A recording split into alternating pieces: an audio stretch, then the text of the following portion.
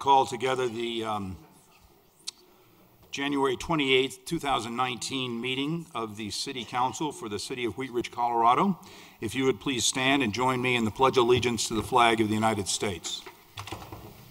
I pledge allegiance to the flag of the United States of America and to the republic for which it stands, one nation, under God, indivisible, with liberty and justice for all.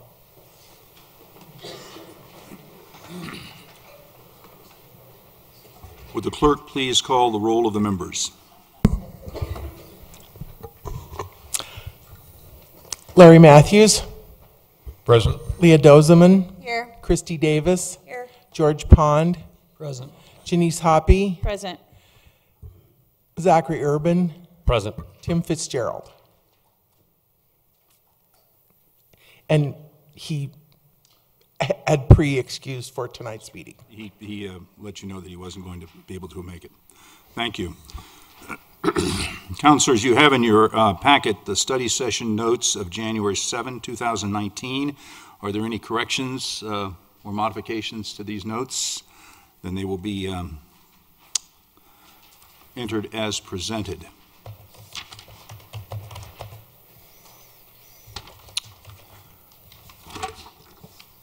We have, as our next sort of first order of business, a motion to appoint a candidate to the District 1 City Council seat for the term ending November 25, 2019.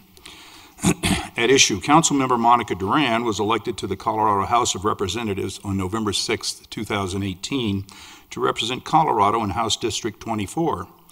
Ms. Duran tendered her resignation to the mayor and the city council on November 18, 2018, with an effective date of December 31, 2018, creating a vacancy in a city council District 1 seat.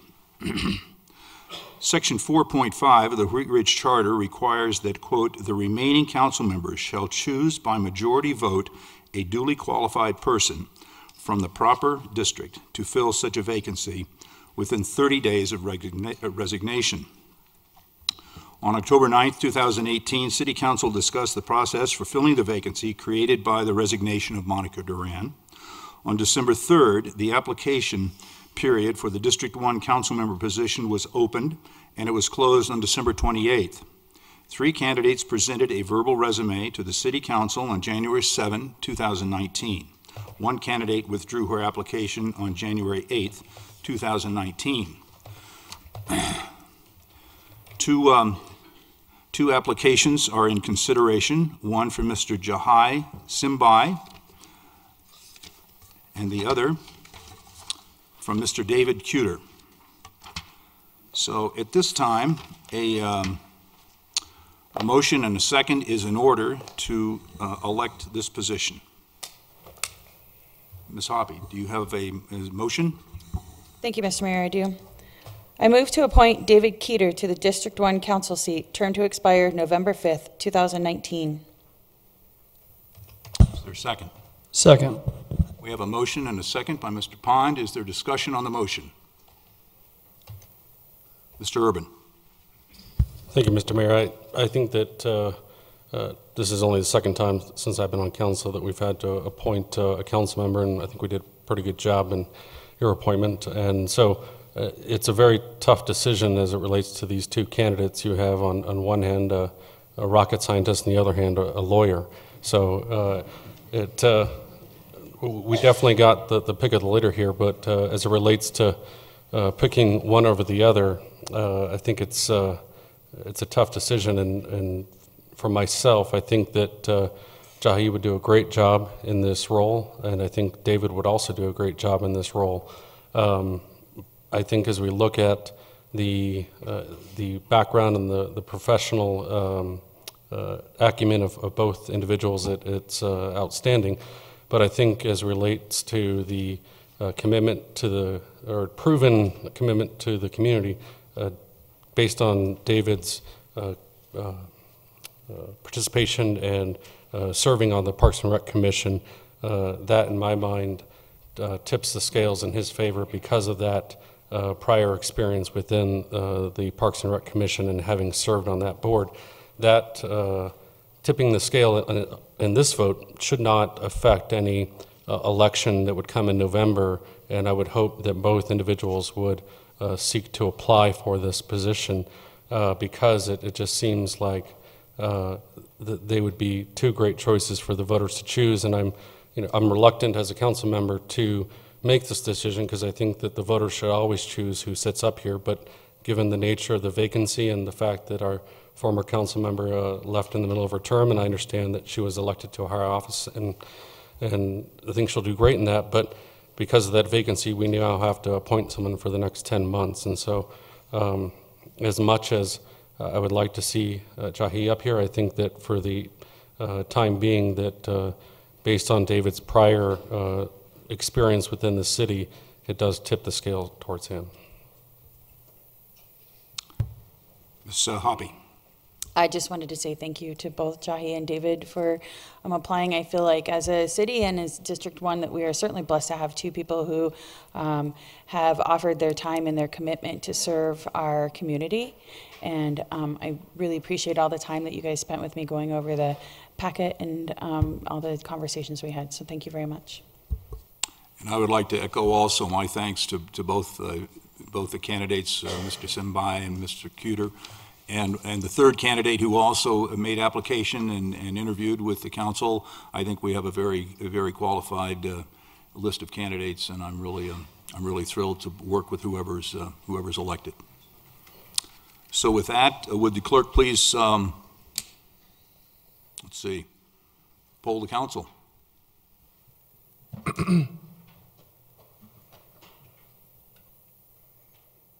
Motion carries 4-2 with Councilmember Matthews and Dozeman voting no. Okay, so 4-2, that gets us a majority. All right, so Mr. Cuter is elected to the council. Thank you very much. Thank you, Mr. Simbai, for being here. We have Judge Randall. Is Judge Randall with us in chambers? Mr. Cuter, would you please join us at the podium so that we can get you sworn in?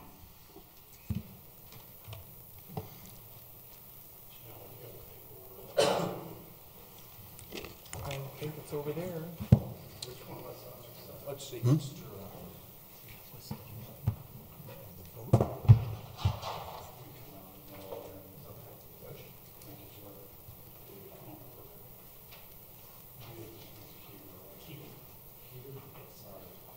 Please raise your right hand and repeat after me. I, David Keeter.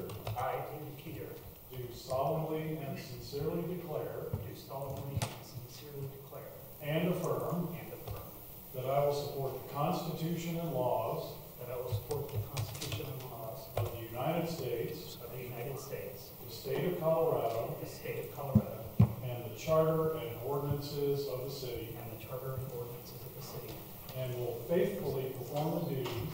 and will faithfully perform the duties Of city council member. of city council member, District 1. District 1, Which I am about to assume. which I am about to assume. Congratulations.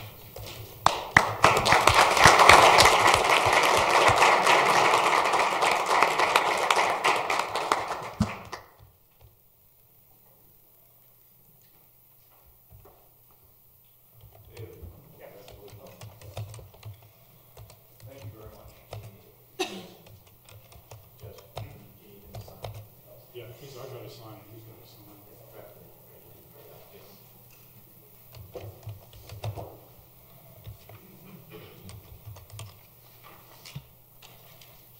But you know, this is the decorative one that he keeps. Right. The other way around. I gave it to Councilman Peters. Thank you. That's yours. You keep that one.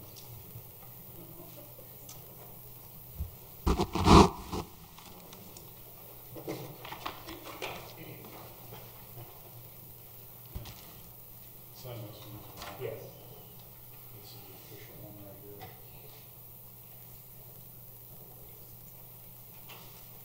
Is it yours? No. Just leave it up there. Stay up there. Thank you, ma'am.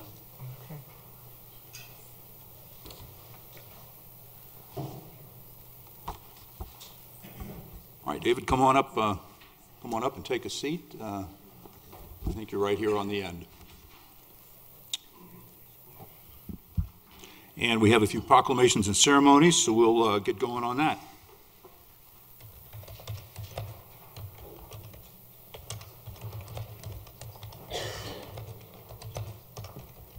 Ms. Hoppy would join me, and Treasurer DiTullio, if you would come up to the podium, please.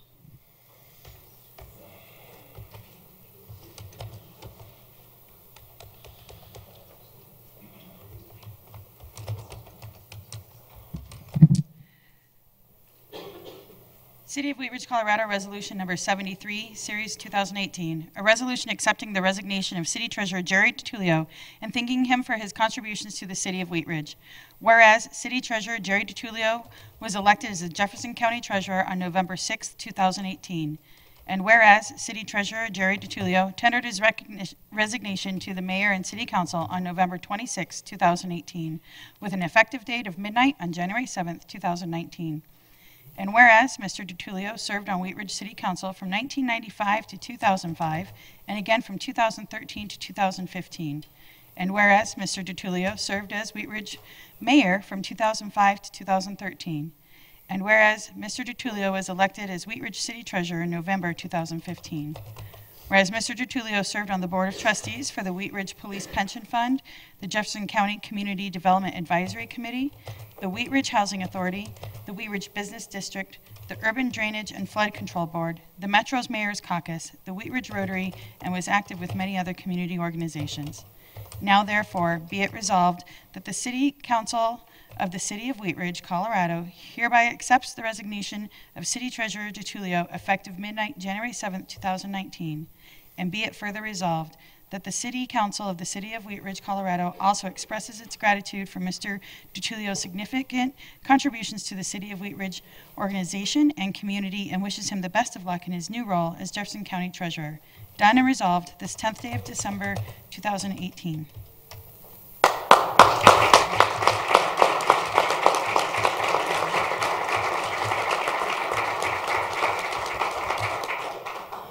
Thank you. I just wanted to, first of all, send best wishes and good vibes to Mr. Fitzgerald, Councilmember Tim Fitzgerald. I think he's maybe hopefully watching tonight. I also wanted to congratulate Dave Cuter on his appointment to City Council, because I'm your constituent now.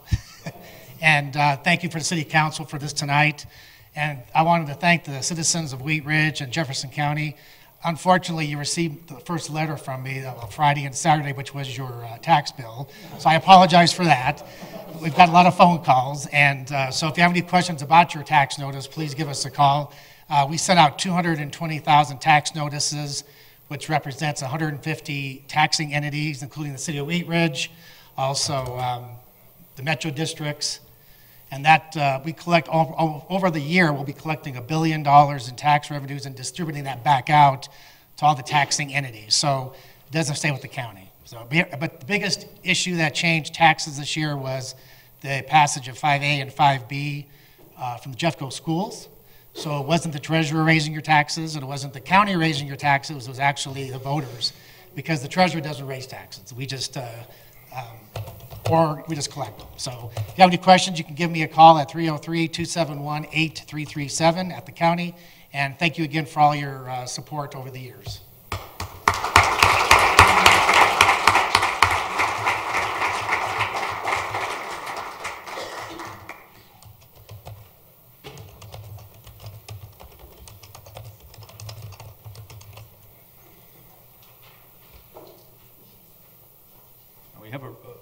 We have a resolution for Monica Duran. I haven't seen Monica. Is she here? I don't think so, but anyway, we want to recognize her. So this is resolution number 72 from the City of Wheat Ridge, Colorado.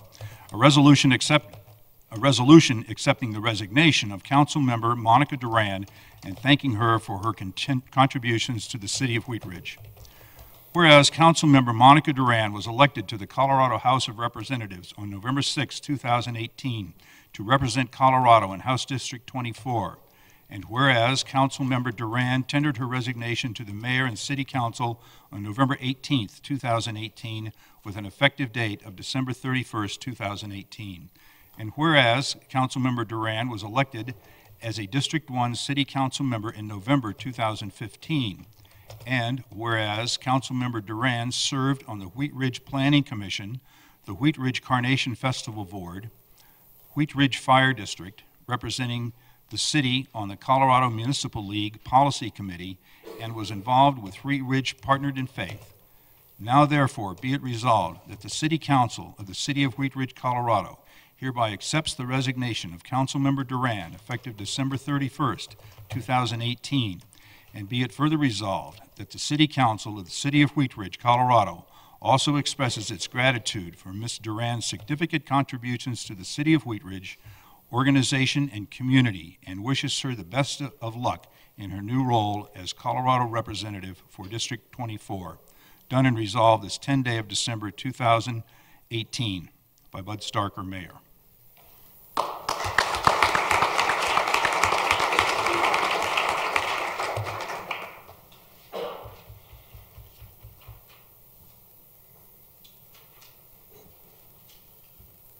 And I have another proclamation. Whereas City Council member Tim Fitzgerald tendered his resignation to the Mayor and City Council on January 14, 2019, with an effective date of midnight on February 10, 2019. And whereas Councilmember Fitzgerald was elected as a District 3 City Council member in November 2013. And whereas Councilmember Fitzgerald served on the Wheat Ridge Housing Authority, Community Development Advisory Commission, Wheat Ridge Business District, and served as Mayor Pro Tem. Now therefore be it resolved that the City Council of the City of Wheat Ridge, Colorado hereby accepts the resignation of City Council member Tim Fitzgerald effective midnight on February 10th, 2019. And be it further resolved that I, Bud Starker, Mayor, and the City Council of the City of Wheat Ridge, Colorado would like also to express our gratitude for Mr. Fitzgerald's significant contributions to the City of Wheat Ridge organization and community. Done and resolved this 28th day of January 2019.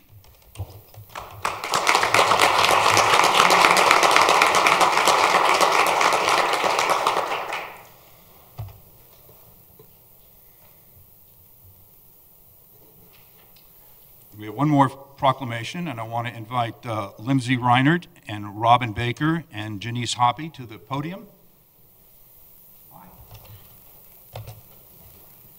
Robin's not here, okay. It's a proclamation. February is Heart Healthy Month. Whereas February is American Heart Healthy Month, a time to increase awareness about heart disease and learn more about preventive measures to reduce the risk. And whereas cardiovascular disease is the single leading cause of death for both men and women in the United States, responsible for 1 in 3 deaths in the United States each year. And whereas every person can take steps to reduce the risk factors associated with heart disease by maintaining a healthy weight, eating healthier foods, increasing physical activity, seeking regular physician checkups, and refraining from tobacco use. And whereas the city passed a resolution in 2014 confirming the city's commitment to encourage healthy opportunities. And whereas the city's Healthy Eating, Active Living Committee, consisting of staff from Lutheran Medical Center, Kaiser Permanente, Jefferson County Public Health, Local Works, local businesses, and residents, is focused on promoting healthy opportunities for Wheat Ridge residents and businesses. Now therefore I, Bud Starker, Mayor of the City of Wheat Ridge, do hereby declare February as City of Wheat Ridge Heart Healthy Month, and encourage all citizens and businesses of Wheat Ridge to participate in this effort by participating in heart healthy activities, screenings, and informational classes. In witness thereof, on this 28th day of January 2019, Bud Starker, Mayor.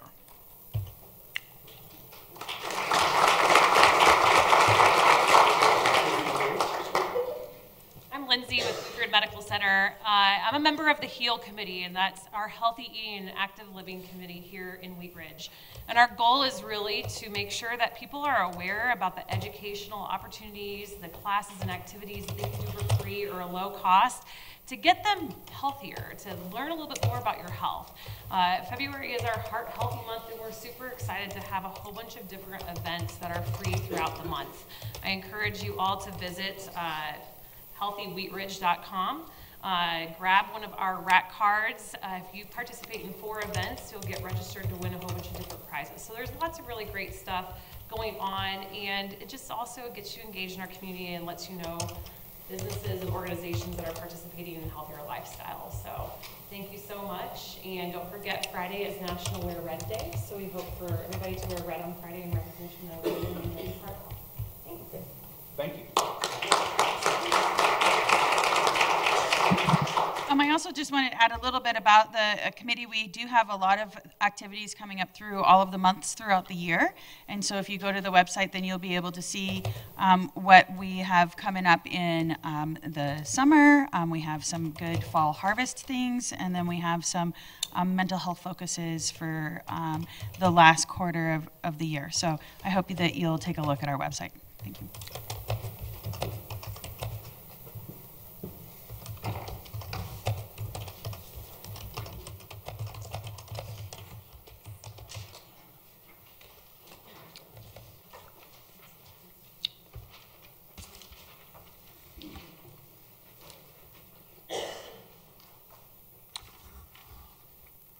We're going to go to our citizens' right to speak portion of the agenda. And we will have the list here in just a second.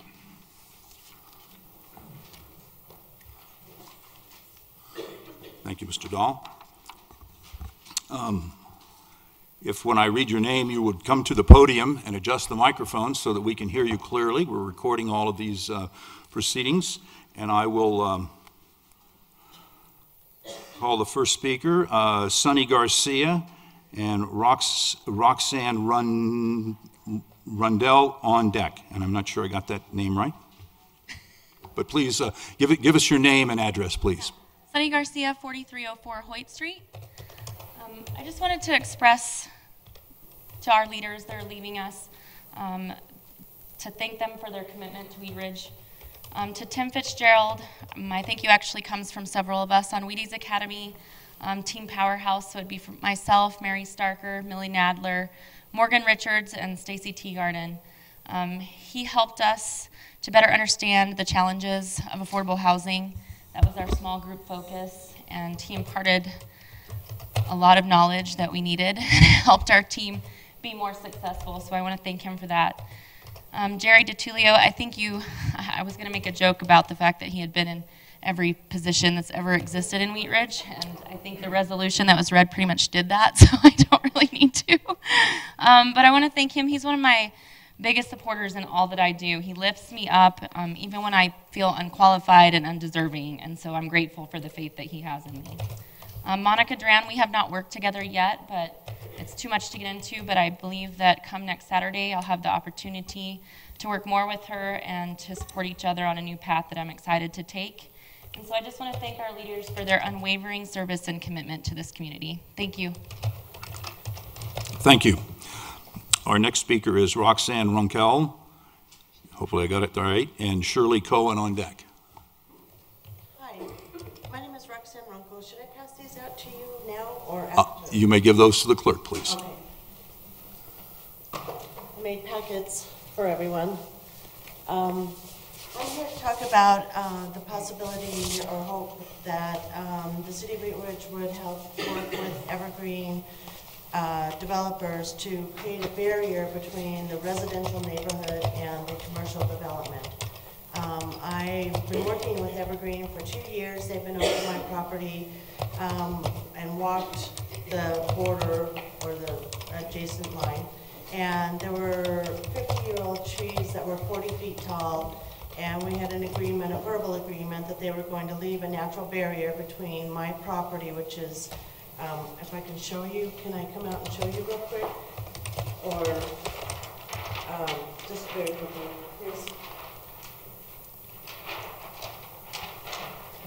This is my property. It's highlighted. Mr. Goff is going to help you hold it.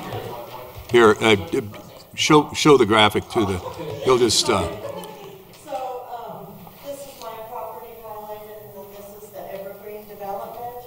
And myself and my neighbors that are all adjacent along here and the whole neighborhood are all concerned about the people that are going to be coming to the development. And we're concerned about our safety and security of having people come into the neighborhood, from the development. They're going to be constructing for probably anywhere, well, probably up to 10 years. And my concern was that we've been working together, and what happened was they didn't get on the plans. Evergreen, Christine McBride didn't get on the plans that they were not supposed to remove the trees. And so the project manager was on vacation, so the subcontractor went ahead and removed the trees. So this, I have pictures on the left-hand side of the packet. My horses, I have 2 horses on the property, and the trees as they were, which were, again, 50-year-old trees that were 40 feet tall. And then on the right-hand side, I have after pictures, which shows that there's no barrier other than my 6-foot chain link fence, which pretty much anyone could climb over. Also on the right-hand side, Evergreen sent me an edible arrangement with their sincere apologies, but I'm sorry, but fruit just isn't enough to compensate for the loss of my privacy, security, and access now to my land and the neighbors.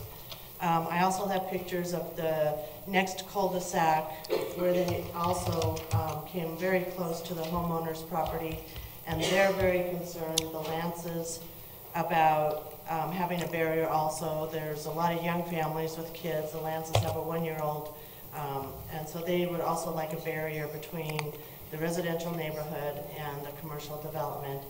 And there's also some neighbors here with the that have the barrier on 33rd. I'm not sure what the lights mean, but I think that means I need to wrap it up. I'm not. Yes, ma'am. But I included the email messages in the packet. The first email message I sent on the beginning, January 22nd, their reply, and then my last reply. I have talked to Larry and George. I talked to you, or exchanged emails with you. But the whole neighborhood is concerned about having a barrier between the residential neighborhood and the commercial development. Thank you very much. I left the packet. My information is here. Evergreen's information is there. If you have any questions, please contact me. Thank you very much. All right, thank you. Our next speaker is Shirley Cohen with John Butler on deck. My name is Shirley Cohen, and my address is 13146 West 33rd Avenue. And I'm right next to where they knocked down the wall that was there, a 6-foot wall, to do some work. I believe it was Evergreen Construction knocked the wall down and told me that they would put the wall back within 3 weeks. Well, it's been 3 months, and I haven't had any communication from them telling me what the holdup is, or are they going to ever put that wall back? And so I would like Evergreen to be more communicative to the neighbors and let us know what's going on. It's been like, it seems like it's been a couple of years I've been pushing dirt around, and there's been dirt in the house. You know, I had an allergy attack just before this snow hit, so the snow is a blessing. But I just think we need more communication from Evergreen. And I'd like my wall back. Okay. Thank you very much. Our next speaker is John Butler and Chris Chidley on deck. Good evening. My name is John Butler. My address is 11576 West 38th Place in Wheat Ridge. And appropriately, I'm here to talk about health. I have those 2 articles here written by 2 different physicians that I'm going to summarize and then leave copies with you all so you can see those yourself. The first article is by Dr. Peter Bach. He's a pulmonary physician at the Sloan Kettering Memorial Cancer Center in New York City, and he's in charge of health and health outcomes. And the article is in the Wall Street Journal a week ago Friday, just happened to catch it there. And his title was, "If Weed is Medicine, So is Budweiser." I thought that was pretty interesting. So as you might remember, medical marijuana came before recreational marijuana, but it set the stage for the thinking that marijuana is good for you because it is wrongly labeled a medicine. Medicines that we purchase at the drugstore have been researched and tested with all the positive and negative listed on a data sheet. In fact, if you read those data sheets, most of the time you don't want to take the medicine. Marijuana has not been tested in this fashion. It's a toxin, not a medicine. It impairs judgment and driving ability and increases the risk of psychosis and schizophrenia.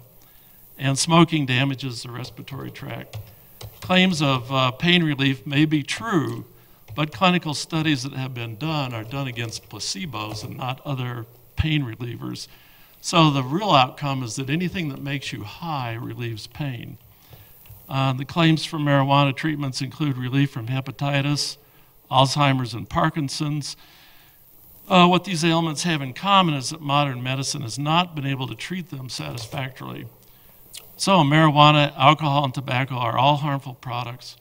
Why has this additional problem been introduced to the good people of Colorado? Interestingly, major liquor companies have acquired large ownership in marijuana producers. They're preparing to introduce the THC portion of marijuana into beer and to promote other marijuana-containing products. That's the next step. Education about the harmful effects of alcohol and tobacco has worked. I think we need to acknowledge that marijuana is not a medicine, and that's a good first step. Another doctor, Dr. Phyllis Boniface from Ann Arbor, Michigan, has been in practice, the psychiatric practice, for 30 years.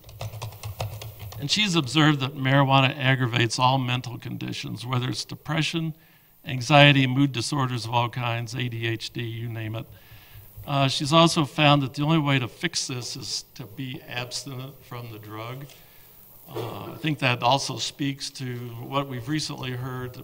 Denver's entertained safe injection sites, which we definitely do not need. That's not the way to cure a problem. So I'll give these articles to the clerk, and I appreciate it. I don't mean to impose on you. How many do you have? 9. I got 9 at least. Okay, so I need to keep them for the record. Okay. Well, there are 2 sets of articles. Okay. Yep. All right. Thank you. If you need more, I can get more. Thank you. Thank you, Mr. Butler. Our next speaker is Chris Chidley. My name is Chris Chidley. I live at 4020 Everett Street. I initiated so item number 3 that we will discuss tonight is to do with the creation of a new flag lot cannot be processed as an administrative plat. This is in plain English that it will now require a public hearing for a flag lot to be created. I would like to put forth that also administrative plats, which are plats that are 3 and under, also be considered for a public hearing. The property that this ordinance was the reason it's being created was a property at 4055 Everett Street. And at the very beginning, when I spoke about this property, I introduced the idea that there are several properties that they may be divided by different means, not necessarily just a flag lot. That would include a lot divided into 2 or 3. I see it a little bit biased that only a flag lot is now going to be removed from the administrative plat, and I put forward the idea that also administrative plats also have 1 public hearing. That's all I have for today. Thank you very much. Thank you. That's all of the speakers that I had signed up to speak. Is there anyone here in the room who would like to come forth and speak on, yes ma'am, you may come forward on any item that is not on the agenda? I signed something, but I guess it was the wrong paper. Point of order, Mr. Mayor. Yes, sir. There was some discussion up here with Mr. Chiley earlier, and since item 3 is on first reading, we were told it might be not proper to new comments as a regular agenda item. I guess we could use a ruling on that so that people know when to show up or when to come up and talk. That's why Mr. Chiley went to public comment instead of waiting for the agenda item. Yes, and I interpreted that Mr. Chiley was talking more than just the confines of item number 3. That's why I let him speak in public comment. Anyone that's here to speak on item 3, if you would do it now, that would be probably beneficial, and then you won't be left out. Is Mr. Dahl, are we in good territory or not? Well, the council rules do provide that you don't take public testimony on ordinances on first reading, and that's well known. It's also well known, as has been pointed out, that people will show up and during citizens' right to speak and comment on any number of things. Usually where there's a space in the agenda where there is public comment permitted, the chair requires those people to wait until that time. I will say that typically the chair doesn't limit persons on public comment who may or may not understand what those rules are. And the one suggestion I guess I'd make to the chair would be where clearly the testimony is about something that isn't available for public comment, you can politely request people to wait until second reading. I think your ruling was correct in the sense that if the comments are more general, then you allow them. We have a pretty good tradition of not really censoring or limiting halfway through someone's speech on public comment, what it's about, because to go down that path means that it is really inappropriate and impossible to enforce. I think on balance, you just ask people to politely respect the rules that we have, which are that if there's an ordinance on first reading, wait until it's on first reading for public hearing. Okay. So we are going, item number 3 is about flag lots. And we're going to take a first reading on that and set a hearing date at which time we will address public comment on that agenda item. Point of order. So hold on to my seat. Hold on and wait, right? Well, wait right there because I have another point of order from Mr. Matthews. Thank you, sir. The people that have spoken to me are not against or are generally in favor of the flag lots. What they are speaking about is they want additional items to be considered. So it technically isn't on the issue of the flag lots, it's the fact they want all subdivision work taken out of administration, which is parallel to the flag lots, but flag lots is just a part of it, and they're now objecting to the fact that more wasn't included. So you can interpret that as you wish. Now, if I may continue, in the interest of transparency, and because the conversation may be more broadly defined as that which is narrowly defined in item number 3, I would entertain your right to speak if you would like to come and speak. Please come to the microphone and give your name and address. Thank you, Mr. Mayor. Thank you, sir. And my name is Liz Veeder, 4181 Everett Drive. I do want to just tell David we will miss him at the Parks and Rec. And you can come visit anytime as a guest, okay? My comment is when somebody buys a property or moves into an area that's zoned R1 for single-family dwellings, that's what they hope is there. And if there be any change or any entertainment of change of resident status in my neighborhood, I would love to have a public hearing about that for transparency, because otherwise I have to hold my breath, and I can only hold my breath so long because I would want to know about it. So that's what I have to say. Thank you. Thank you very much. Is there anyone else tonight who would like to speak on public comment that has not signed the register? If you would like to, please, and not speaking on any agenda item, so please give us your name and address. Ihor Figlis, 9775 West 36th Avenue. I also wanted to express my disappointment that other subdivisions are not included in this item. I think all subdivisions in Wheat Ridge should be subject to public hearing and city council vote. Thank you. Anyone else to speak tonight on public comment on any item not on the agenda? Odarka Figlus, 10580 West 34th Avenue. And I also would like to speak about subdivisions. And again, I would also ask that all subdivisions of any kind be brought to City Council, not just to a public hearing, but a public hearing before the City Council. You know, there's a lot of things that need to be considered in a subdivision that I think it's not fair to ask staff to do them, especially when you're judging whether there's a change of character in the neighborhood. And I don't have the wording in front of me, but if you look at the first section of subdivisions where it talks about the different criteria that need to be considered, those don't just concern numbers. They consider how people feel and how it affects the neighborhoods that surround this subdivision. I think that is something that's really the job of the City Council to deal with, and not staff or Planning Commission. Thank you. Thank you. Is there anyone else who would like to speak under public comment? Yes, sir. Please come to the podium and give us your name and address. My name's Greg Veter.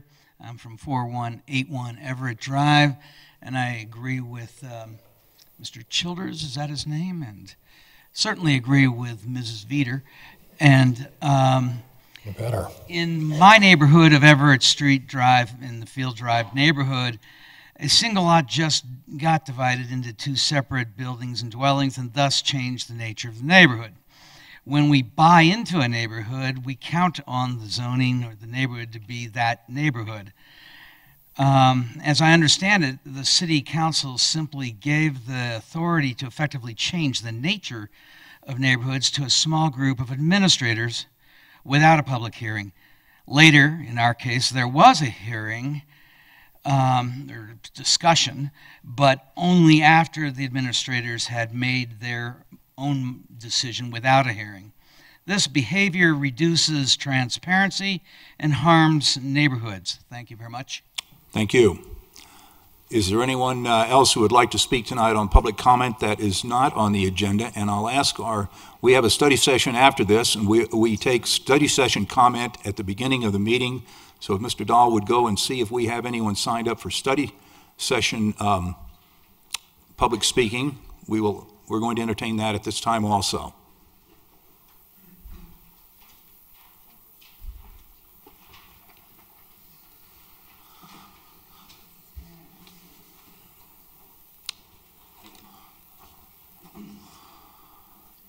Okay, this is for the study session, and we have one item on there, and Mr. Ihor Figlis is signed up to speak on this item. So, Mr. Figlis, if you'd like to come to the podium.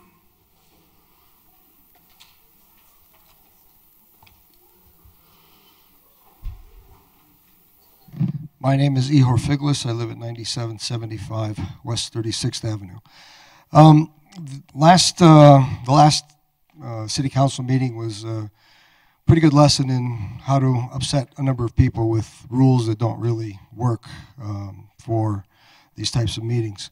I would like to suggest a couple of changes to your policies, your procedures. Number one, that the amount of time that people are limited to speak when there's a need to limit should be 5 minutes rather than 3. I think we have ample examples of people who want to make a point, and 3 minutes is really just a little bit too short for them to make that point. I also would like to suggest that these buttons, these lights that come on in the podium, should be set up so that they give a person who's speaking, a minute when there's a minute left before your 5 minutes is up, it lets you know that you've got to wrap up. And that way, we don't have a situation where the person who is presiding over the meeting has to cut somebody off, upset people, and so on. This is a process which should be, everybody should leave here thinking that they've had their say and they've been listened to. Okay, thank you. Thank you very much. Is there anyone else not signed up to speak on an issue, agenda item on the study session that would like to speak tonight on that? Please come forward. Odarka Figlus. And I would just like to say that when it's hard for people to come to city council meetings and come up to you and speak in front of you. It's intimidating. And I think that we need to encourage people to come, and I think all of us feel that way, that the more participation there is, the better it is for our city. And I think that when it comes to ordinances on second reading, I like the rule that you had before that, or that I thought that there was in place, that people were not cut off. And I don't think that, I don't know that you've had a problem before with people speaking too long or being too repetitive. Mr. Mayor, we've talked about how I appreciate the courtesy with which you've been extending to everybody that comes up to speak. But when there's a topic that is very heartfelt by people and they want to come up and they want the opportunity to present their case to you on whatever matter it might be, I think it's fair for them to get the opportunity to speak just as long as maybe the presenter might have had, or the applicant, if it's a zoning issue. To be suddenly cut off in terms of the time that you have expected to speak on a matter is really disconcerting. And I know sometimes it's a burden for you guys because it's a little bit more time, but please appreciate that it's a lot of time on the part of the people that come up to speak to you as well. And so please consider that. And I think that cutting people off to right before the public hearing is just, it should only be done in very exceptional circumstances. Thank you. Thank you. Is there anyone further who would like to speak on the study session agenda item? Mr. Chidley. If you would, please. Chris Chidley, 4020 Everett Street. I'm not a United States citizen. However, the First Amendment, you all know. So I think the First Amendment should apply to people's ability of free speech in citizens' time. Thank you very much. Thank you, sir. Is there anyone else in the audience that would like to speak on the special study session agenda item? Okay, that will conclude our public's right to speak, and I understand the rules provide for councilors to be able to reply, and I understand Mr. Matthews would like to have a moment. Thank you, Mr. Starker. I spoke with the city manager, Patrick Goff, Mr. Goff, this morning or this afternoon, and found out that he believed that we currently had 8 administrative subdivisions that were in consideration. Is that correct, sir? I misspoke. I asked Mr. Johnstone to look into that, and I think he's got an update on that. Mr. Matthews, we don't have any that are currently in process. We've probably had, in the last couple of years, certainly several that have been approved administratively, not necessarily including a flag lot, but in terms of administrative subdivisions, some including a flag lot, that have done the first step in the process, which is a pre-application meeting. That's the required first step in the process. It's probably less than 5 over the last couple of years, so there's none pending, so none have actually been submitted, and there's about 5 that have gone through that first step in the process and therefore could submit. Okay, thank you. And if people are wanting to know if there are any administrative subdivisions in the queue, how would they go about getting that information?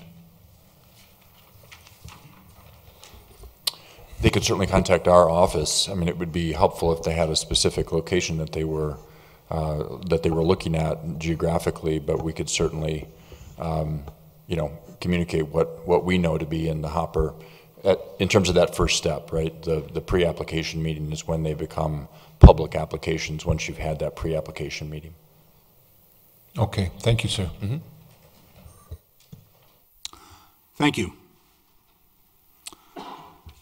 We will move to approval of the agenda. Are there any modifications to the agenda? I have one. I would like to move item number 2, which is a resolution, until it's after item number 3, so switch that order, as our rules provide that resolutions will happen after ordinance on first reading. Are there any objections?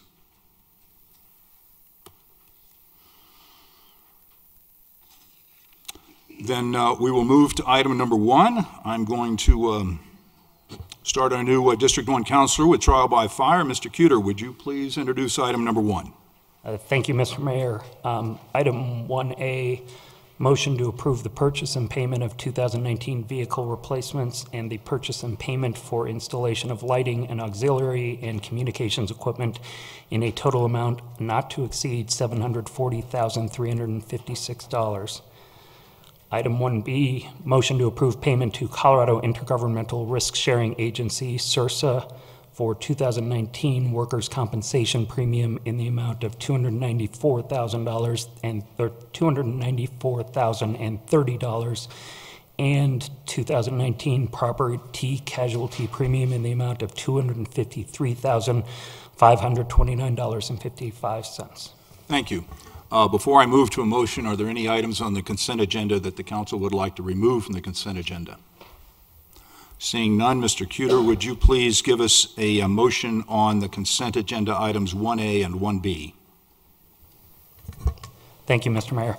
I move to approve the purchase and payment of 2019 vehicle replacements and the purchase and payment for installation of lighting and auxiliary and communications equipment in a total amount not to exceed $740,356. Do I read them both? Go ahead with number B also. I move to approve payment to CIRSA for 2019 workers' compensation premium in the amount of $294,030 and the 2019 property casualty premium in the amount of $263,529.55. Second. Going to go with Ms. Dozeman on that for the second. Okay. Will the clerk please poll the council on the consent agenda?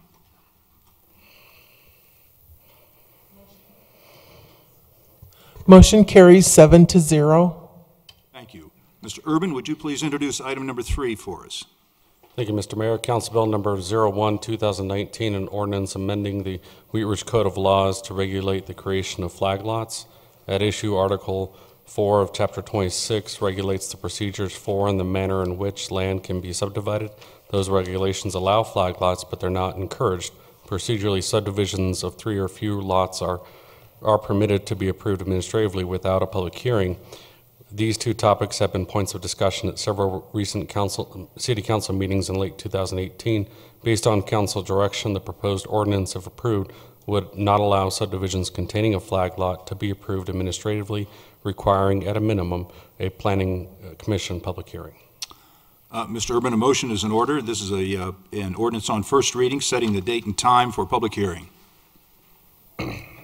I move to approve Council Bill number 01-2019, an ordinance amending the Wheat Ridge Code of Laws to regulate flag lots on first reading and set the public hearing for 7 p.m. on Monday, February 11th, 2019 in City Council chambers. Do I have a second? Second. Second by Ms. Dozeman. Any discussion on the motion? Will the clerk please poll the council? Motion carries 7-0. Thank you very much. Ms. Dozeman, would you please introduce item number 2 for us? Yes, thank you, Mr. Mayor.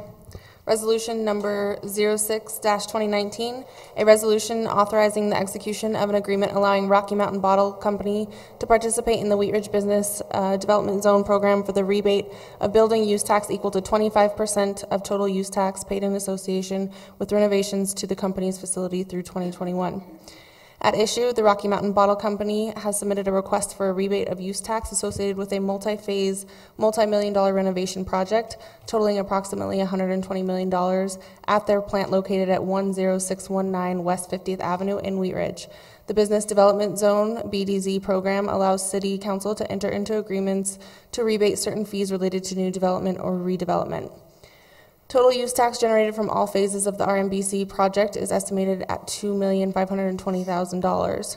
RMBC is currently investing $56.2 million for phase 1 of the project and has paid a total of $1,180,200 in use tax at the rate of 3.5%, of which 0.5% is restricted to the 2E fund.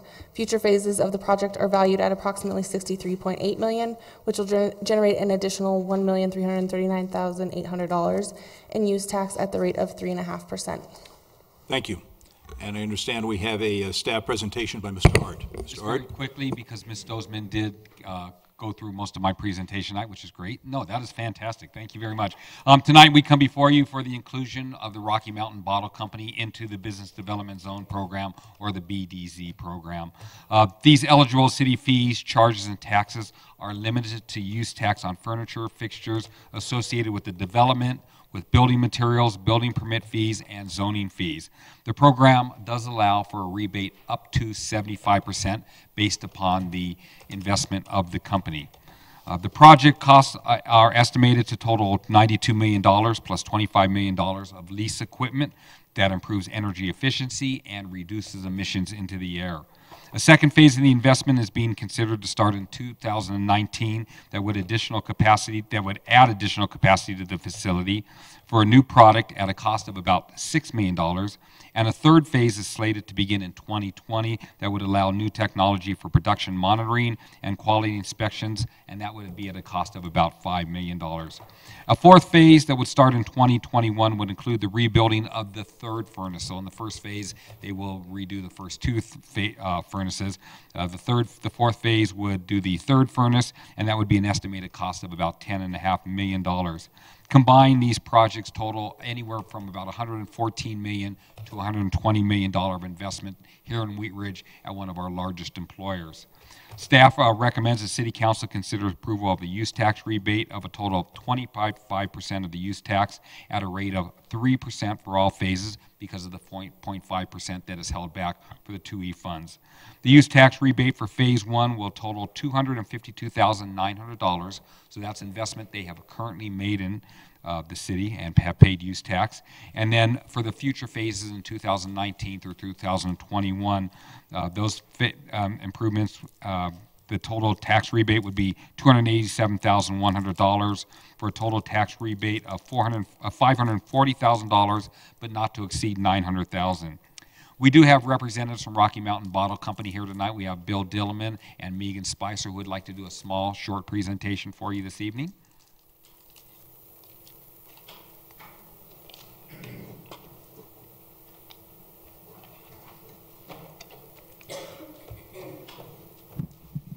Thank you, Steve. My name is Bill Dillerman.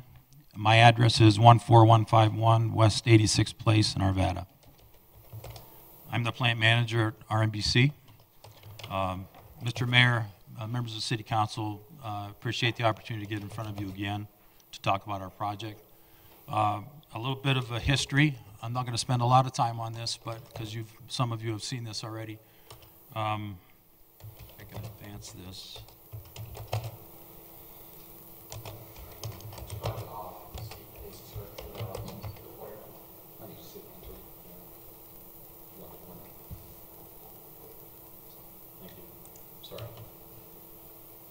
Megan Spicer from Duff & Phelps is a consultant that we brought on to help us with this incentive request. A little bit about the factory.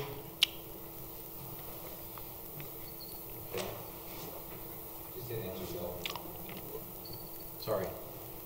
I want to take you through the history of the plant over there for the benefit of the group in the room. Our plant was built in 1970. It was Columbine glass at that time. One furnace, 2 machines, about 70 people making beer bottles, okay? We have, over the years, expanded that factory, made several expansions, and in 1997, the plant joined forces with Owens, Illinois, which is the largest glass container manufacturer in the world, in a joint venture with Coors Brewing Company at the time. In 2008, Miller Brewing Company and Coors came together and formed the new company called Miller Coors.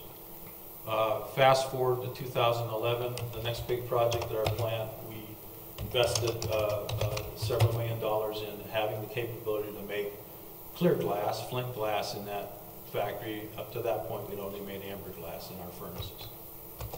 In 2016, SAB Miller sold their assets to Molson Coors. Molson Coors became our parent. We are still a joint venture with Owens, Illinois today. A little bit about glass, and I'm not going to make you experts tonight, but it'll give you a flavor of what we do over there. We receive raw materials by truck and rail. We put them in silos, we weigh that material, we mix it, and we deliver it to our furnaces. The process is pretty extensive, and I think the thing I wanted to comment on is the furnaces in that plant are the key asset in the factory. We are going through currently an expansion project. As a matter of point of order, furnaces in this plant, in a typical glass plant, last somewhere between 10 and 12 years. Full life of their campaign. At that point, they need to be rebuilt. That entails rebricking the entire furnace, in some cases, changing the footprint. We made the decision as a strategy at RMBC in 2016 to re-footprint our furnace. We have 3 melters today, 2 making amber glass, 1 making flint glass. We decided at that point, because we had these rebuilds coming up back to back on our A furnace and B furnace, we made the decision we were going to idle both A and B furnaces, demo them, and instead make one big furnace called B. So we're downsizing that factory from a 3 furnace site to 2 furnaces. And we're also changing our footprint in the forming department to go from 6 bottle machines to 5, okay? A little bit about the configuration. This is a crude drawing, but this shows you how our furnaces are set up. We deliver batch, excuse me, raw material to the furnaces. We melt it. It flows as molten glass to our forming machines, and the bottle making process starts. A view of our customer base at the plant in Wheat Ridge. This map depicts our current shipping patterns. You can see from the map that 66% of our volume beer bottles that we make go to the Golden Brewery. 3 other sites, Irwindale, California, Milwaukee, Wisconsin, Fort Worth, Texas, receive the rest of our products. You can see across the bottom the products, the specific beer brands that go in our bottles from the plant. And the point I wanted to make here, and this is a little bit of an eye chart, but up here you see logos, OI logos scattered around the country. Those are factories, Owens, Illinois plants that are making, in some cases, the same products that we do. The reason that we want to endorse, or we want you to endorse this tax incentive is this is one of the elements that keeps us competitive. We want to continue to be in self-manufacturing. That's a Miller Coors strategy. As you can see, there's a lot of plants a lot closer to the destinations than us. And Miller Coors has made a decision to invest in this factory to continue to ship the distances that we do to keep this business in Wheat Ridge. Again, an eye chart, but one of the things we're pretty proud of at the plant is our sustainability over there. Glass recycling is a big deal for us. We recycle in the neighborhood of about 200 tons of glass a day, post-consumer glass. Currently, we're on tap to purchase about 80,000 tons of post-consumer glass into the plant this year. So that's glass that's recovered from the local region and brought back to our plant to be added to our batch to make new bottles. Okay? I'm going to invite Megan up to talk about the initiative. Megan?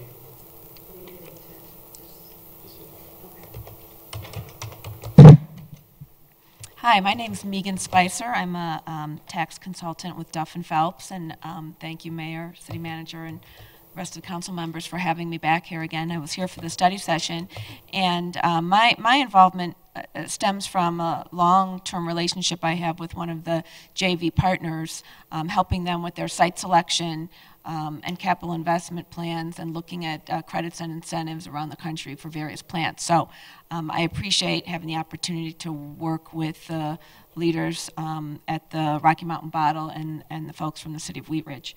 So I've got a couple slides here that just kind of summarize the numbers for you. So I'm not going to go into too much detail, but this is kind of the plant by the numbers. 400,000 square feet. That's a pretty sizable facility there on 17.5 acres. That includes the recycling facility, and they're producing about 3.5 million beer bottles per day, right? That's a fascinating number. 226 full-time employees there currently. Annual payroll is about $23 million. That works out to an average of a little bit over $100,000 a year average salary. That far exceeds the county average wage is about $57,000, $58,000. So these are really high-paying, high-quality jobs that you've got here in the community. The annual benefits are significant as well. It's about 32% of compensation. And those are comprehensive benefits: medical, dental, vision, 401k match, tuition reimbursement, employee assistance program. So that also kind of supports that these are high quality jobs, not just paying a high salary, but also providing a nice benefit package. It's worth mentioning that there's an employee training center there on site, and that's always helpful from an economic development perspective, because that means they're investing in the employees that are your residents of the city and the surrounding communities. And they've got some apprenticeship programs for the skilled workers at the plant, as well as formal training for the unskilled workers and leadership training for the management folks. So they're really covering all the various levels of employees there. Rocky Mountain Bottle is a company that gives back to the community. They have annual participation in the United Way with corporate match. They donate their time to various community projects. One example is the Clear Creek Cleanup, can't say that fast too many times, which is part of the Trout Unlimited organization. Various corporate donations supporting Boy Scouts of America, Ridgefest, Jefferson County EDC, and they participate in a variety of recycling initiatives, including free glass recycling drop-off locations and working with Momentum Recycling and the Colorado Association for Recycling. So the next page, Steve did a nice job of covering these numbers, so I'm not going to go back and describe these particular investments, but I just kind of wanted to get them on the one sheet for you. There's really been no major investment at that facility since about 2011, so these items are of critical importance to keep the plant viable and competitive into the future.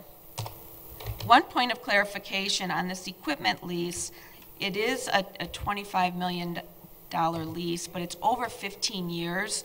So the $6 million that I have there is what I tried to quantify for the term of the incentive that we're talking about. We're not going to ask you to enter into a 15-year BDZ agreement, but we're talking about a 4-year, essentially a 4-year, 18, 19, 20, 20, yeah, 4-year term, and if they pay use tax on the lease, we would like that to be included as part of the rebate.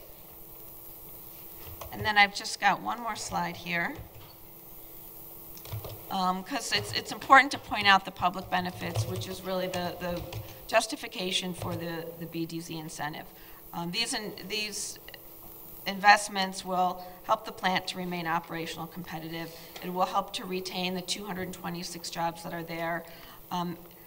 It's nice to point out that this project will also create some additional new jobs, somewhere in the range of 15 to 18 new positions. Combined with the retained jobs and the created jobs, we're talking about payroll and benefits annually of $32 million. This project, particularly the AB Furnace project that is underway, that's the $92 million project.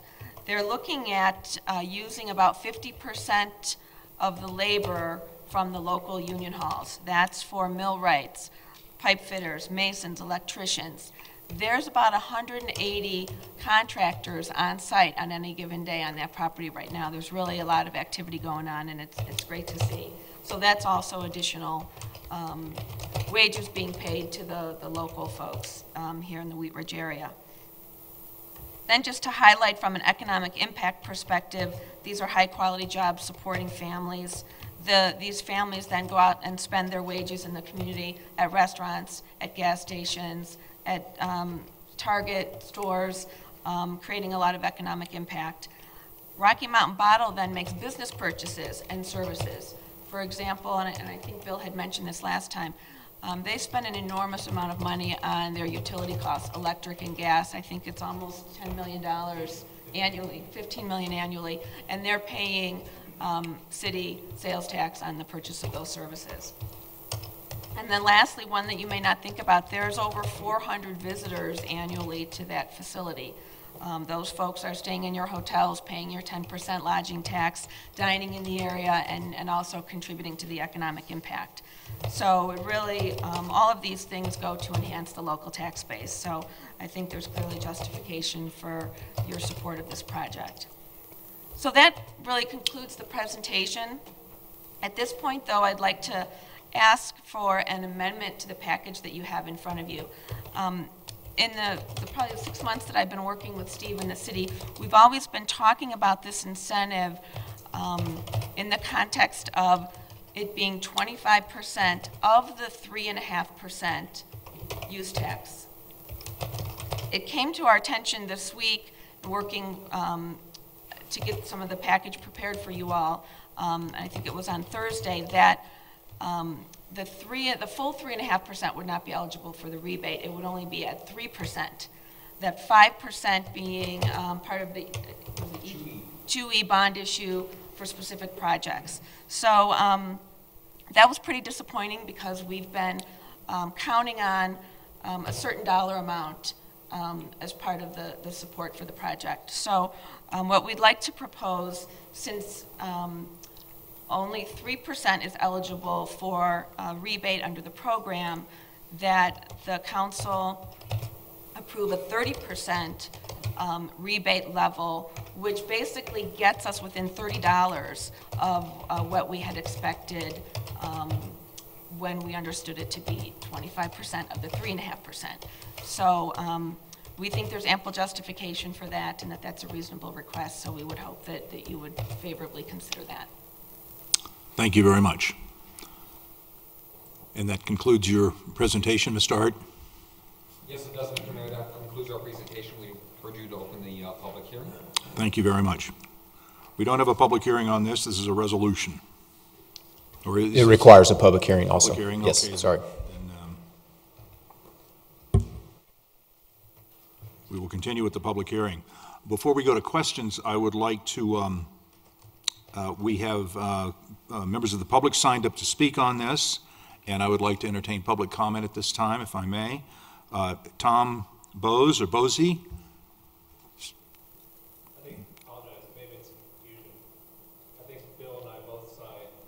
Okay, very good. That's fine. Thank you. I also have Lee Seeger signed up to speak next, and Robert Robinson on deck. And that was before, can you come to the podium and?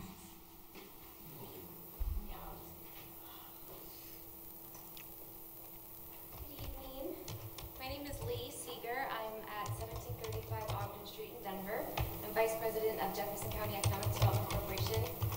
And we wrote a letter of support for this incentive, and I believe that it was distributed to you and in front of you.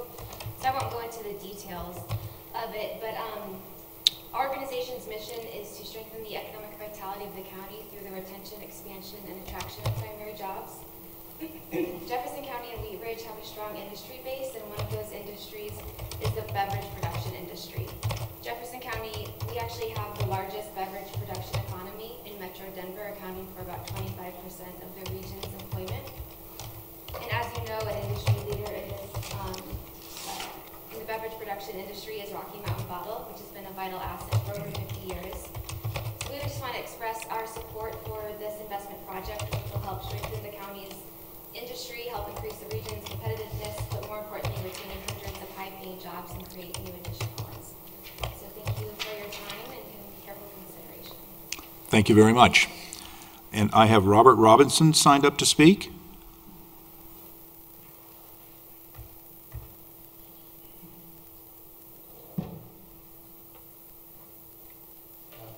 Robert Robinson. I live at 4 Hillside Drive here in Wheat Ridge.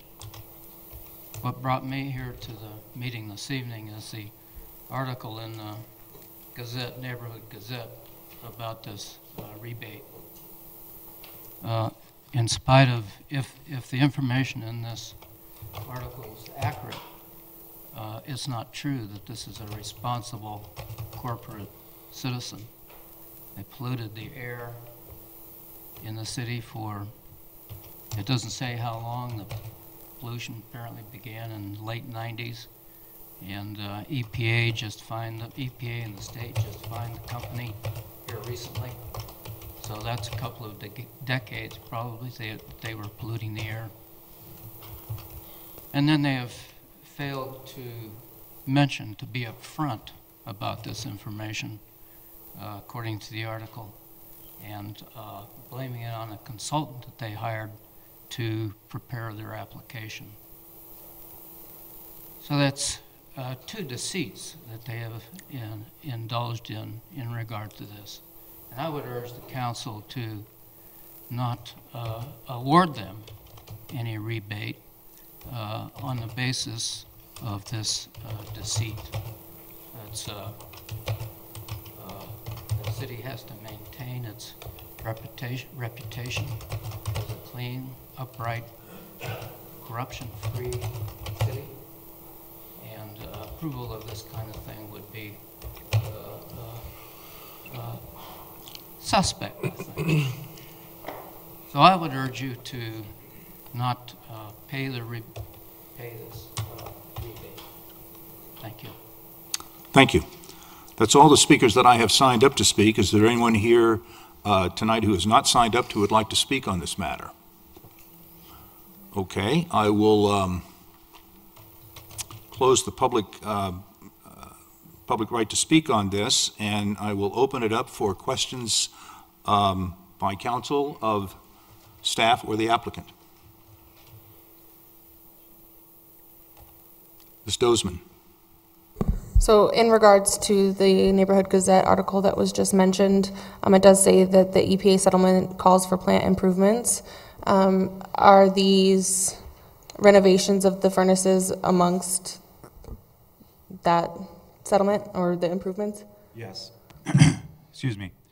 As a part of the project, when we had the strategy to rebuild these furnaces, knowing that we had an EPA action and a consent decree that was signed by Miller-Coors with the EPA, part of that agreement was that we are held to more stringent emission standards than what our Title V currently allows us to emit.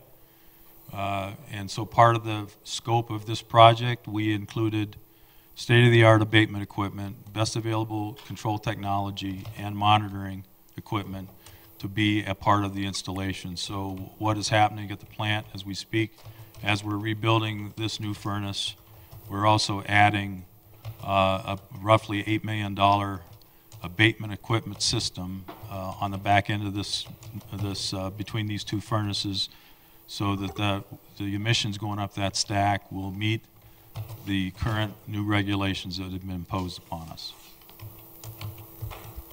Thank you.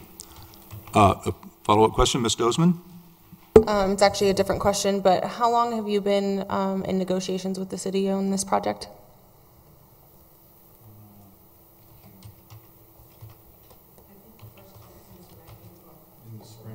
April of 18. So why is it just now that you guys are asking for 30% as opposed to 25% of a rebate? Thank you. So that was because really just on Thursday, it came to my attention that that 0.5% from 3 to 3.5% was not eligible for the incentive rebate.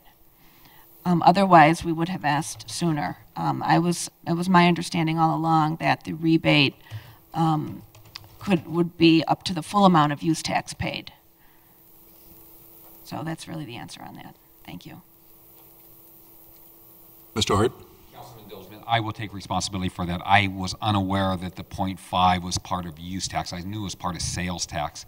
I was not aware at that time that that 0.5 was held back additionally in use tax. It wasn't until I submitted to the city manager that he identified that. Additional questions from council? Mr. Matthews? Am I assuming here that since you're projecting increase in jobs and production, that plant or furnace new is actually giving you higher capacity than old furnace A and B? Good question. Actually, the combination of the two furnaces together, the tonnage on the new furnaces is about 30 tons a day less. What we get out of that is we get higher efficiencies on these new forming machines that we're installing. We will have a net reduction in cases produced each year, but we're not taking jobs out as a result of that. But if you're producing fewer cases, you're projecting more employees. I'm at a loss here to... Well, we have purposely over the past year, knowing that this project was coming and we were going to have a rebuild where that factory was going to be down for 3 months, we're in the middle of that right now. We opted to not backfill positions. We were running with temporary employees. We got down to our low water mark on employees, and now we're bringing those employees back. Okay. As full-time employees. And these furnaces, are they, I'm not familiar with furnace tax laws, but are they considered expendable equipment since they have a life of 10 years? Well, and do you depreciate them? Yeah, absolutely. Their assets are depreciated over the life of the furnace. And as a company, there again, it's apples and oranges a little bit, but when we buy, in my business, $10 or $15 million worth of scrapers or something, we charge ourselves rent as we use them in order to have a replacement kitty for when those that capital investment wears out, so that we don't just go out and spend $10 million and then end up only being able to sell them the used equipment for $2 million to have an $8 million shortfall to replace them. Do you guys look at your usage in the same manner? Tom Basie is my plant controller. Hi, good evening. No, so... Would you give us your name? Oh, name sorry, and address, Tom Basie, 6074 South Dudley Way, Littleton. Thank you. So, to Bill's point, we do, so the factory and the cadence of our operations is traditionally a major rebuild of 8 to 10 to 12 years, give or take, and the company's prepared for that financially. And so we buy the assets, depreciate them completely, dispose of them in the proper channels, and then go from there. So we don't per se accrue or set aside or pay ourselves rent for this type of stuff. It's just part of the normal operational business. So in your annual accounting, and your long-term business model, you've accounted for the fact that you're going to have to replace this equipment in, say, 10 years. Yes, sir. Yes, sir. It's in the plans, and it's public release. Okay, then is a rebate kind of a windfall? If you already have in your long-term plans accounted for the fact that in 2019 you're going to have to expend $50 million to replace a furnace. Yeah, I think as Bill indicated, and as Megan indicated, it's just another incentive for us to continue doing business in the district and keep employing these people. Thank you. Ms. Hoppy? Mr. Goff, when we were originally setting the city budget and we were looking at our unrestricted funds and what percentage we were at, was this part of our projected income for the year of 2019? It was not. We were not aware of this until after the budget was set and the revenues were estimated. So I can't remember what the 2019 budget was set at. I think the reserve's at about 19%, if I remember. That does not include this revenue.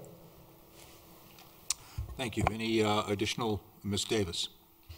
So I have just a couple questions about the numbers. So on here it has the 25% of the use tax, and it's coming in at 252.9 for the first phase, and the future phase for 287.100 for a total of 540,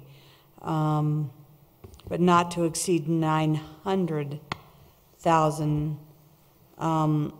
So those numbers then will be different if we change it to 30%.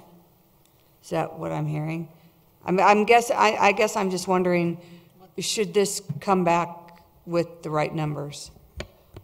I mean, I guess I don't feel comfortable with, just off the cuff, oh, let's just change it to 30%, and okay, see you later. Yeah, it's a pretty quick calculation that I could provide to you right now. And I thought maybe your question was going to be why is it that there's that range? Yeah, well, there's a big range too. There's the 580, and then by the way, not to exceed 900,000. I guess I just I'm not. First of all, the ordinance or the resolution isn't going to read correctly. I just feel like this whole thing isn't correct, and I feel like we need to have it corrected and brought back, in my opinion. That's how I feel.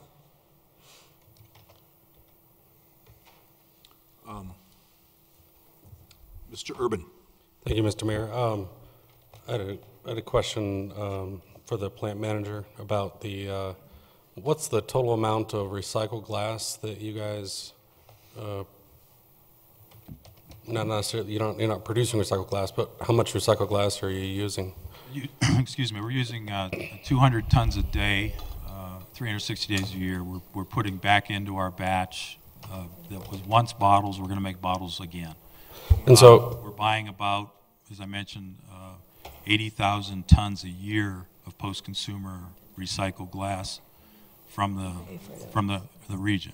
And that produces or that reduces the carbon emissions drastically for that recycled glass. Yes.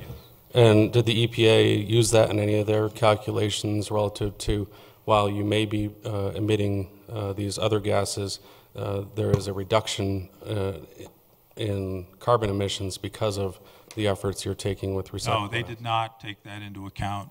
There was no discussion about what our recycled content was and how much we could reduce. We're doing that because it's the right thing to do for the environment. Absolutely, and that's one of my concerns, and especially as it relates to a consent decree, it's almost like an out-of-court settlement. And as much as you can look at the math here and try to figure it out, to me, it's not taking in the full picture as to what the plant is really doing, and it also kind of mirrors what it does for the community. Yes, there are outputs that are less than desirable, these emissions that are defined as pollutants, but at the same time, you're also producing jobs, you're also producing other sales tax and other ancillary revenue for the city, not just these that we're considering. So I would be in favor of this resolution with the 30% amendment, simply because these types of manufacturing facilities and this type of industry within the city of Wheat Ridge is critical to balancing out the reduction and the continued demise of the retail landscape within the city. So it seems like they've done their homework on as far as the presentation that they provided us, as well as looking at the consent decree with the EPA. It isn't taking in the full picture, and that, in my mind, limits the amount of weight that that consent decree has on this decision. Thank you. Mr. Pond. Mr. Goff, could, since you're just about ready to talk a little bit about the range, I assume that the range that's indicated in the packet has to do with the future phases and perhaps the unpredictability or the estimations of what those future phases are. Is that correct? Or can you? Not quite. It has to do with the estimation of how much building materials are actually included as part of the project. So the formula that the city uses to calculate use tax on a building permit is 60% of the value of that project is considered building products and 40% is considered labor. We charge the use tax on the building materials at 60% times the city's tax rate. So, but then we also, either the city initiates an audit in the end of a project like this, or the company can request an audit, and they believe that this project is going to be much more material intensive than labor intensive. So at the end of the project, they'll perform an audit, and they believe it'll be more, the materials again will be more than 60%. And correct me if I'm wrong, if that's, I think that's the reason they put that range in there. Yeah, so it's a little bit more complicated when the city collects this, pre-collects the use tax when they file the permit well in advance of, the project actually starting. And so, the city uses, and I've had some discussions with the finance department and even the sales tax auditor with the city, that the 60% is just a placeholder to make sure that the tax is remitted to the city. And then I believe anything over $1 million is subject to an audit, and so they will audit the project at the end.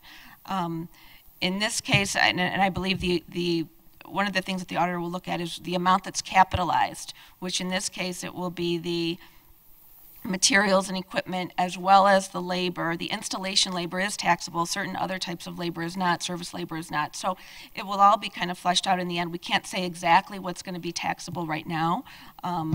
Some of these projects haven't even been approved yet. The bigger project is underway. But we just wanted to make sure that post-audit that the rebate would be trued up, and that they would get a rebate based on their actual liability according to the city's audit. And we think that's fair. So the estimate in the memo is based on the 60% estimate, but the maximum is really 120 million times 0.3% times 0.25, which is the 900,000. Under when we thought 3.5% would be eligible for the rebate, the incentive was projected, the maximum, if everything's taxable, to be $1,050,000. So by requesting 30% of the 3%, the maximum would be $1,080,000. So it's within $30 of where we had thought we would be at a maximum level in these discussions we've been having with the city over the past 6 months. That's why the numbers seem like they're maybe not clear, but there's a range based on the numbers to be trued up with a maximum that would either be 900,000 or $1,080,000 if you approve the 30%.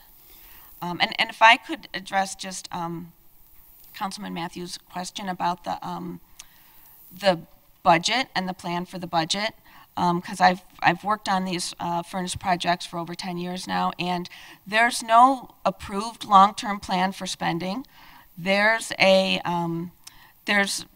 know when the furnaces are likely to reach the end of their useful life, but there still needs, as you get closer to that time when the furnace needs to be rebuilt, there's a capital approval process that takes place. It's not a long-term approval process. It's closer to the need. And in this case, even the numbers were still being adjusted, and final approvals were just obtained for the furnace part of the project in December. Is that right? Yeah.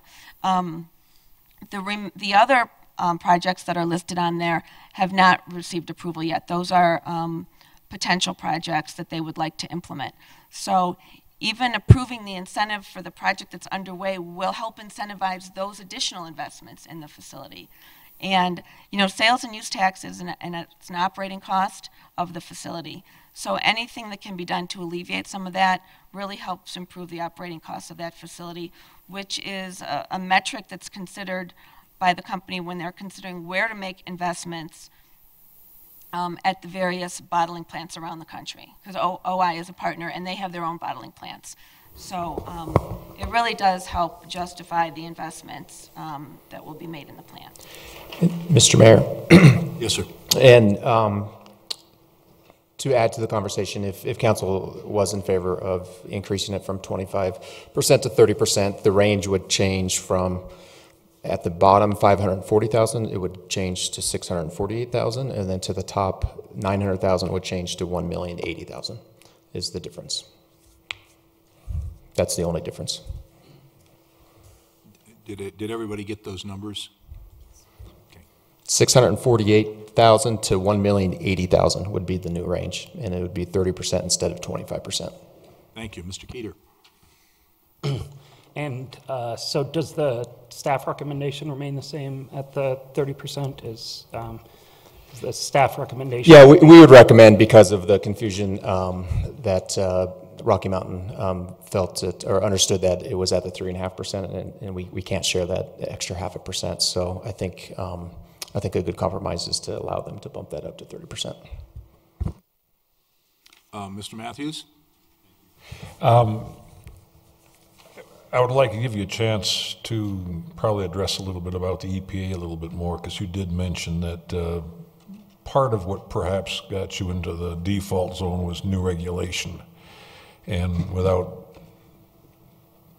violating anything you might have in your settlement agreements, could you just tell us a little bit about what happened there? Okay. I mean, I've seen EPA change the rules in the middle of the stream, and I don't necessarily trust all of their judgments, so I'm kind of giving you a chance to I can share that. Rebut. At the time, this was an action that was taken as a result of an issue in 1995 when they were doing a rebuild over there at that plant. They went through the proper channels of permitting with the CDPHE for the footprint of that furnace. They went through that process, properly permitted and approved by the CDPHE at the time. The project was completed, and 20 years later, the EPA, because the glass industry was a targeted industry for emissions, they came to our plant with a 114A request for data back then, and one of the things that they disputed was the calculations we were using on our emissions. And that led to multiple meetings with the Department of Justice and our consultants and environmental folks. And at the end of the day, it was determined that we did not do anything wrong, but we, as a company, Miller Coors, decided to settle versus litigating. Thank you, sir. And I'm reminiscent of the EPA calling a stock pond in Wyoming a navigable water. So I don't always trust their judgments, and I wanted to give you a chance to rebut. But under the new regulations, the limitations are tighter for SOx and NOx, and we're going to do everything we can do to make sure we make those so that we can continue to operate that plant. Okay, appreciate it. Thank you. Thank you, Mr. Pond. I'm not sure who I'm asking this to. Perhaps maybe to Mr. Goff and maybe to Mr. Art. But just to sum up, the range, the BDZ program, it's in the packet, allows for council into agreements at a kind of a ratcheted range. So tonight, if we make, if this motion is read with the adjusted rate at 30, I just wanted to confirm that that's actually well within the ranges that are allowed by the BDZ program. Am I reading that correctly? Correct. Okay. So in fact, and I'm not sure what the principle is that it's based on, but it could be up to 75% based on what I'm seeing. Correct. Okay. 75% of materials? Yes. Yes. Yep. Mr. Matthews. If it's appropriate, I would make a motion that we adjust. Well, we're not at the motion. That's right. We're not at the motion stage yet, but we're getting close. Getting close, yes. I jumped the gun. That's okay. District 4 has a habit of doing that. That's okay. Before I close the public hearing, does council have any more questions of staff or the applicant? Then we're going to close the public hearing, and Ms. Dozeman, a motion is in order. Yes, Mr. Mayor. So am I making a motion that is going to change the 25% to 30%? That's council's decision. Yep. You're the motion maker. I move to approve Resolution 06-2019, a resolution authorizing the execution of an agreement allowing Rocky Mountain Bottle Company to participate in the Wheat Ridge Business Development Zone program for the rebate of building use tax equal to 30% of total use tax paid in association with renovations to the company's facility through 2021. Second. We have a motion and a second. I will take discussion on the motion. Mr. Urban. I would like to make a motion to replace 25%. Well, there is already a motion, so we'd need an amendment. But the motion is for 30%. Can we do that? They have to... Yeah. Sure. Yeah. Motion is for 30%. Okay. So she's already done that? Yes. Yeah. I'm sorry, I didn't hear that. That's okay. Is there any more discussion on the motion? Hearing none, will the clerk please poll the council? Motion carries 7-0. Sometimes things are easier than you think they are. Thank you. We will move forward with item number 4, I believe. Ms. Hoppe, would you please introduce item number 4? Thank you, Mr. Mayor. Resolution number 07-2019, a resolution approving a supplemental budget appropriation in the amount of $1,309,906.04 and award to subsequent payments to Goodland Construction, Inc. of Golden, Colorado for the West 29th Avenue realignment project in the amount of $2,618,096.40 with a 10% contingency of $261,809.64 for a total of $2,879,906.04. Thank you. I understand we have a presentation by Mr. Westberg, a brief presentation with perhaps a PowerPoint. Yes. Just as soon as I get the computer turned back. Okay. Mr. Art was a little zealous and his shouldn't. I apologize.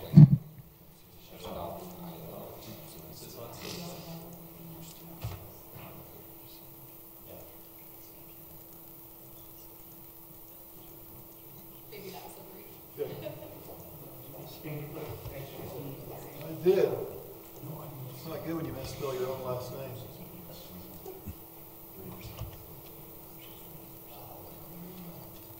We have to have these new long passwords now to be more secure. That's correct. Very secure. It's a little challenging sometimes.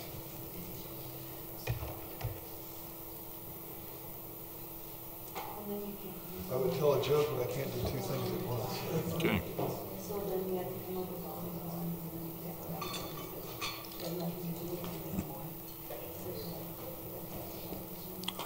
We're talking 29th first, right? Okay, here we are, 29th Avenue. Street improvements. Who introduced this? Okay, so here we go. So we've shown this graphic a couple of times on the why we're here. Who introduced because Denver Water's been changing their site, and I have an updated aerial now that looks like what it looks like. So our original goal was to just straight 29th Avenue. We expanded the project to go all the way to Kingle Street. Sort of the area's responsibility, we have several funding partners on this now. Denver Water's doing the streetscape immediately around their project, and then the half the street on the south end there. The city is responsible for all the stuff in yellow on here, the north half of 29th, and then the south half of 29th, and then a little strip along Fenton Street. And then the city of Edgewater will be is responsible for the street on their side of 29th between Kendall and Gray. And they're also going to be doing a water line through that area.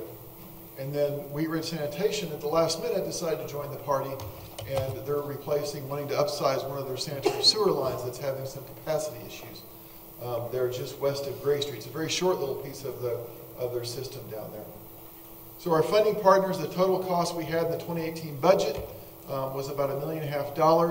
Denver Water's share at that time was a little over $400,000. Edgewater's share was about $300,000. And the sanitation district wasn't involved back in 2018, so their share back then was $0. The city's share at that time we thought was going to be a little over $800,000. This project started back in 2016.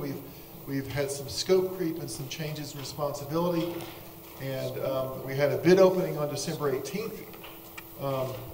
The low bid with a 10% contingency was almost $2.9 million. It was 7% higher than the July 2018 bids. One of the reasons we'd rebid it, we had hoped with having a spring construction start that we'd get a better price. We didn't. I think it's just the economy right now, the construction in Denver right now just continues to go up. And talking with consultants and others, we're all really struggling to do cost assessments in our projects. We were afraid to go just way, way high, but then we end up kind of being about halfway to the way high. So Denver Water's share went down by about 19%. They had some scope that was no longer part of theirs. So their share went down a bit. Edgewater's share, even though we removed the sidewalk and the on-street parking for their entire length, their share basically stayed flat. It went down by like $2,000. So again, just an indication of what our construction market's doing these days. Wheat Ridge Sanitation District's share went up by 60%. It went up by almost $100,000. Their board right now is evaluating whether or not they're still going to be involved in this project. So we're in ongoing talks with them. They want to get the contract awarded and then maybe talk with the contractor about what's going on with that and see if there's something they can do. But their share right now went up considerably from what we had last July. Our share went up by about 25%. It went up to about $1.4 million. You'll remember some of that was due to the scope changes between what Denver Water was doing and what we were doing, and some of it's just the nature of what our market's doing right now. So we need a supplemental budget appropriation because we're still working off the 2018 budget, which had us just over $1.5 million. So that supplemental appropriation is $1.3 million and change. Denver Water's share of that appropriation is about $130,000 because their price did go up. Edgewater's share went up quite a bit also. Their price went up by over $365,000. And of course, the sanitation district wasn't involved at all. So the city's share of this appropriation is about $531,000. The rest of that budget appropriation is in the form of reimbursement that shows up under revenue on our budget. We hope to start construction this spring. We hope to be finished by the end of the year. So I think that's a pretty realistic goal. We put a schedule together and put it in our bid documents and did not get any comments back from the contractor on that. So and we're just available for questions, trying to keep these really short tonight. I did add our new thing to the end of it, though. Normally it's just a blank screen, but I like it, so I'll do it. Looks great. Thank you, Mr. Westberg. Mr. Matthews. Can you explain to me, we need an appropriation of $1,309,000, and the funding amount is $1,368,000, and we apparently had some money budgeted for this in the first place, so the numbers are confusing me. We had money budgeted in 2018. In the 2019 budget, we didn't show any dollars in 2019 because at that time, which was much earlier last year, we thought we would be awarding that July bid that we had, and then we opted to go ahead and rebid the project, hoping for a more favorable outcome. That didn't happen. So we're still working off that 2018, what's in the approved budget, which is the $1.5 million. That's why we need the 1.3 to get up to the 2.8. Okay, so if this is there any money in the 19 budget for this? Our stakeholder funding amount is $1,368,000, and we're asking for $1,309,000. 309 into the budget, and that's where I'm... Yeah, there will be, there wasn't when you adopted the 2019 budget, because again, we thought we were going to award this bid in 2018. So those monies were encumbered in 2018, they're going to be carried over, and that'll come back to you in February. Okay, so that will make up the $80,000, Yes. $60,000 difference. Yep. It's the carryover. Yep. Okay, I just wanted to clarify that. Confusing, thank you. Thank you. Mr. Keeter. Thank you. Two questions. One, the sanitation district portion, if they don't fund the full portion, does that just affect sanitation district infrastructure, or does that change anybody else's? It changes nothing else that all the rest of us are doing out there. So it's just they've got that one little piece of line. We would just take that out. We wouldn't be awarding the contract, or we'd do a change order to remove that portion from the awarded contract. If they choose to go there, they're still evaluating. Thank you. And my recollection from the public meeting was that Denver Water was arguing that because they had paid use tax that they shouldn't be required to make the improvements under the IGA. Is that settled, if I even have it right in the first place? You're very close. So we had an IGA with Denver Water that came to council last fall. I can't remember the exact time frame, maybe August or September time frame. And that was approved by council, and that's where that was all settled. And the part that Denver Water ended up not doing was just paying for the overlay of 30th and the overlay of Fenton Street. That was added to our part of that and taken off of Denver Water's portion. And it was only about 30,000, I believe, right? And the reason we kind of negotiated with them and compromised on that is they saved the old pump house there, kind of at the city's request, which cost them, I think, 80,000. So that was a compromise we had with Denver Water. They did pay the use tax on the project. Mr. Westberg, is Edgewater then not going to put sidewalk on the south side of the street, or we're putting on the north side of the street what we are improving? We're putting curb, gutter, and sidewalk. We've got decorative lights, and we have hardscape and some landscape. So Edgewater's got a development on in that blank area down there, okay. In that vacant land. And they're going to have the developer build everything behind the curb when that development's done, because their concern is they're sort of building to the street like we're doing it often, and their concern is the sidewalk will just get torn up, and they just want the developer to bear that cost. So at the end of the day, when that development is done, we should expect to have sidewalk on that? Yes. They'll have detached sidewalk with tree lawn and all those things on their side, yes. Okay, and I had one follow-up. As you're aware, that neighborhood has undergone quite a bit of construction over the last 5 years, including, a great deal of work at Ashland Reservoir. It's been disruptive for the merchants in the neighborhood. What opportunities are we going to be able to pursue in this construction project to mitigate those impacts on the merchants? We've instructed the contractor to keep one lane of traffic open at all times, and we feel that we can do that. Except at one place, right at J Street, the existing street is just dead flat. And so in order to get the curb to drain, we're having to build up just east of J Street. The street will be about 2 feet higher than it is today. And so for that one stretch where we've got a lot of grade change, we will have to shut the street down to build that piece, because you just can't keep on that narrow of a street half of it open while you're building something 2 feet higher right next to it. So I think we gave them 2 months where that would be closed, and we've arranged where the detours would be, and we'll have the variable message signs up and all those things that we've been doing with the project, saying business is open and all that kind of stuff. So we're looking at a potential 2 month downtime on 29th Avenue, not carrying traffic east or west. Possibly. We'll work with the contractor to try to reduce that, but what we put in the bid documents was about a 2-month period. Okay. And we'll try to keep that to as small as we possibly can. So we'll work with him to try to keep that reduced for that reason. Thank you. Mr. Urban.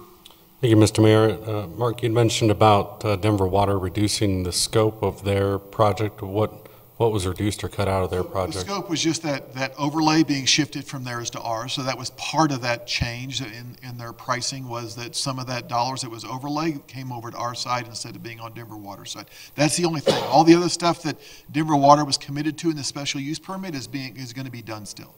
So how did theirs go down 19%? And I don't know. I don't know. It's a very interesting thing of what happened. When you look at those numbers, Edgewater stayed pretty much flat, even with a big reduction in scope. Denver's waters went down with a small reduction in scope, and it's just where the numbers fell out. With this particular, the contractors' prices were pretty much all over the board, and if you pick different ones, you get different ratios of what everybody gets. And with this, the people that turned out to be low bidder, it turned out that the Denver Water piece of it was cheaper. They must have gotten a better deal from the landscapers, because that's most of what's happening on the Denver Water side is the landscaping. so is the same contractor going to be working with Denver Water, Edgewater? It'll be our contractor doing all of the work. So they're just reimbursing us. We're gonna pay the contractor. We'll get reimbursements from Denver Water, from Edgewater, from Wheat Ridge Sanitation District for all the work that's being done. The only thing we've really got in there is for the water line, the sewer line work with the IGAs we've got with Edgewater and with Wheat Ridge Sand, is that they'll be responsible for inspecting the installation of their lines. We'll be responsible for everything else. I'm just somewhat concerned about too many cooks being in the kitchen as it relates to this project, but from what you're saying is that the general contractor will have full purview over this project and not have Denver Water, Edgewater, City Wheat Ridge coming in. That's correct. It's a city project, city contractor. We're just getting reimbursed by some of those other folks and have a few inspections done by those other folks.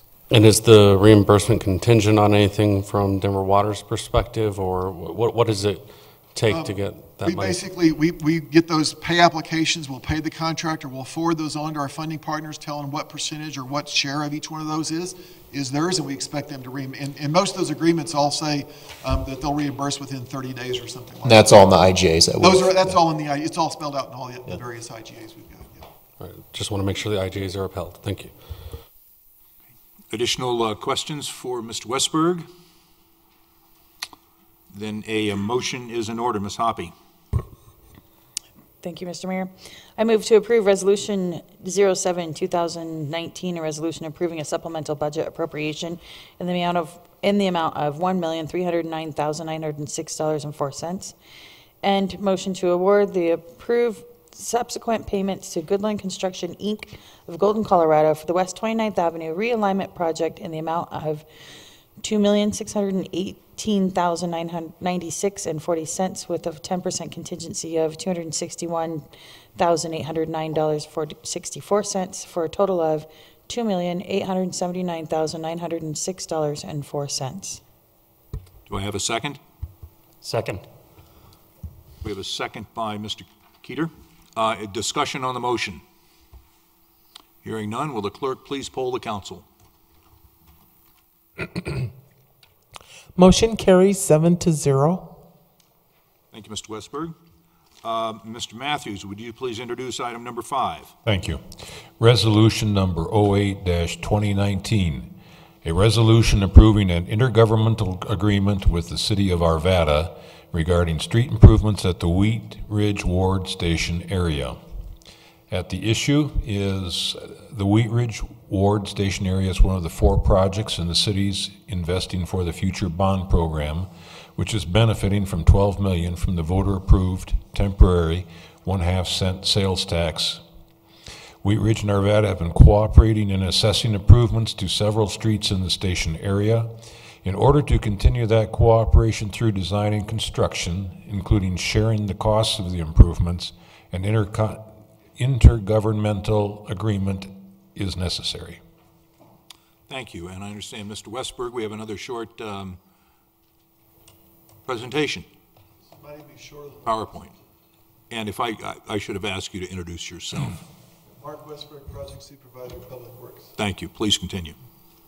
So this is our list of possible 2E projects, this little graphic that we've been showing you for the last year or so. And again, our focus tonight is on this 52nd Avenue project, the Tabor Street, and the Ridge Road project. The 52nd Avenue project is one that we've been working on with Jefferson County and Arvada for a while. And then when the connection, the 52nd Avenue connection wasn't made, Arvada staff agreed that they would be willing to help fund, they'd be willing to approach their council to help fund a portion of the Ridge Road improvements, knowing the traffic that would have been going on 52nd, which they had agreed to help fund, would now be using Ridge, and so they agreed to help us on that. We're still determining what that split's going to be. We don't know what that split is yet. For now, I've said it's 50-50 because it's an easy number, and that'll show up in some of the graphics we've got. Again, the reason that we're all sort of sharing on this is the proposed developments in the area that are proposed both in our jurisdiction and in Jefferson County and in Arvada. I do want to, with the 52nd Avenue connection not being made, it does change that street network a little bit. And then this development in Jefferson County was denied, I believe, at their planning commission level. There were a lot of reasons given for that, but they just thought it was too dense and out of character and those kind of things. The folks at Jeffco are really, think of this area that's in there. If I can go back to the previous slide for the future slide, sorry.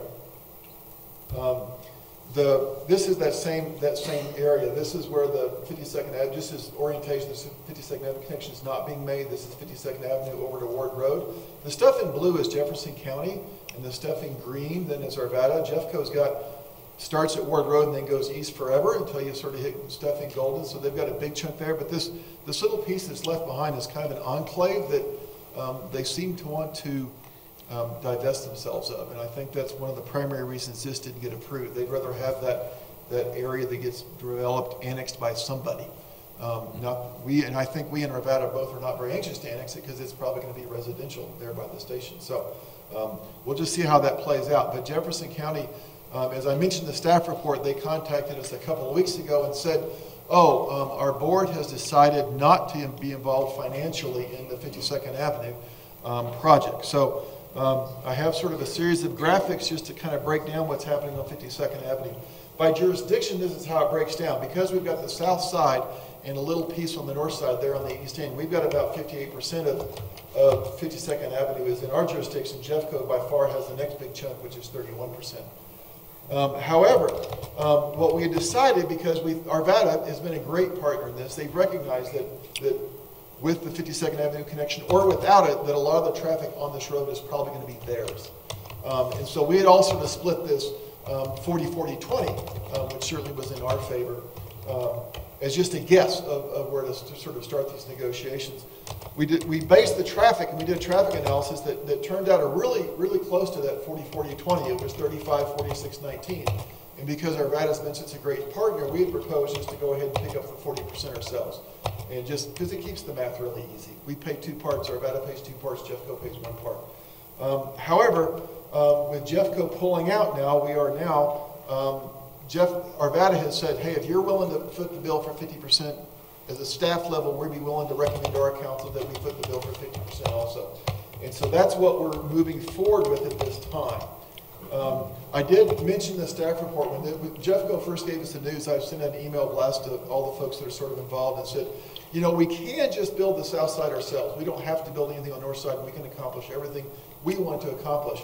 And the city manager at Arvada responded back very quickly to Patrick's email that he forwarded my email on to him and said, hey, if you guys will do 50, we'll do 50. So Arvada really feels this is important to them and for their residents to have all of 52nd Avenue improved. So this table is a little different from the one that's in your packet, mostly because we got a more updated cost estimate from our consultant. And my comments on 29th Avenue notwithstanding about we're all trying to figure out what things are going to cost these days, these numbers went down by almost $1 million from what the previous estimate was based on very conceptual plans, had a very large 30% contingency. These are based on more detailed plans and have a 20% contingency. We think our total project for all three streets is somewhere under $5 million. And sort of our share of that, based on sort of breaking things down, if Jeffco had been involved, was going to be just under $2.5 million for all 3 streets. Without Jeffco, our share jumps up and Arvada's share jumps up quite a bit. So this is the breakdown we've got right now. Now this shows a 50-50 share on Ridge Road. We don't know where that's going to land as far as the traffic. We are going to authorize the revision to the traffic study that determined the original breakdown. after tonight's meeting with our consultant AECom, which is the last item on the agenda, so that Ridge Road share may change up or down one way or the other.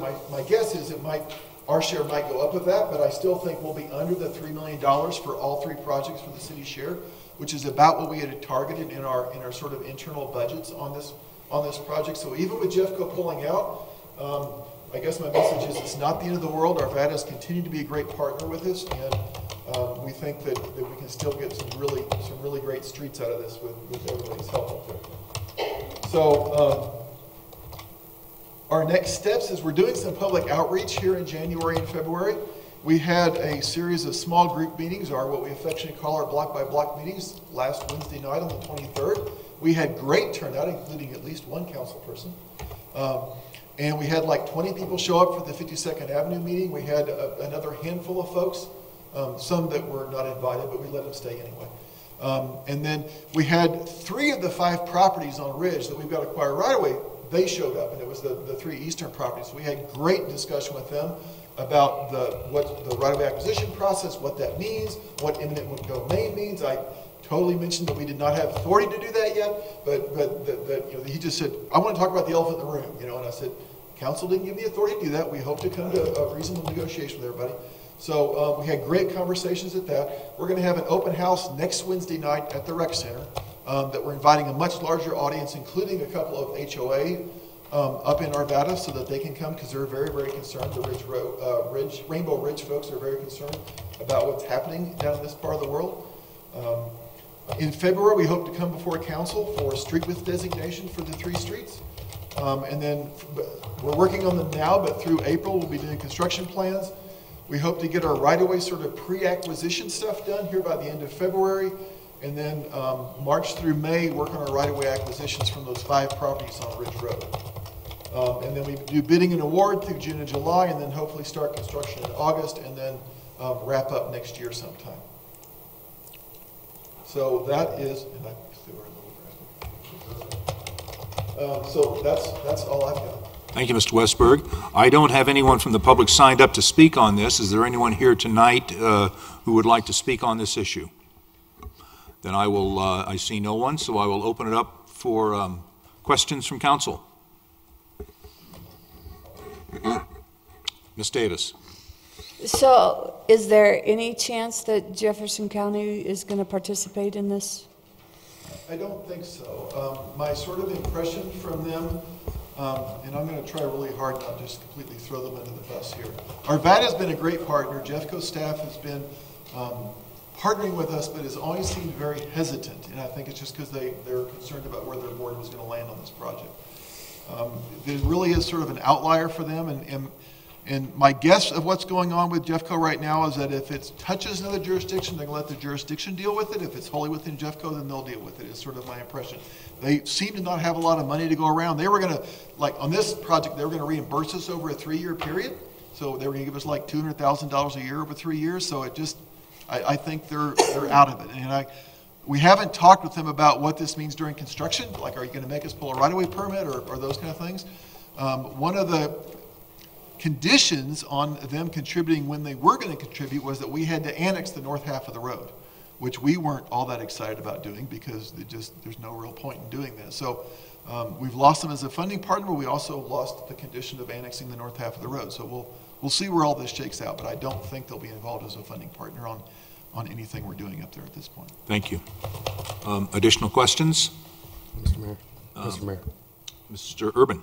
To that point regarding the Jefferson County side of it, would we have to pay any use tax or other fees like you mentioned to the county? We don't know yet. In the original IGA that had all 3 of us, it was basically Jeffco and Arvada were going to let us run the show, do the inspections, do the construction, not pull permits, not do anything else. It was just, it was as if they were doing it, but we're doing it, so it was all free. I haven't had a chance to talk to staff about that yet at Jeffco. I would hope that in the interest of trying to cooperate a little bit, that they would let us work in their jurisdiction for free and let us do what we need to do to take care of things, but we haven't had that conversation yet. So is that built into the budget, or would there be additional? No, it's not in the budget right now at all. No, I'm assuming they're going to play nice with us, even though they're not being our funding partner, but we'll have to see if they'll do that. Thank you. Additional questions?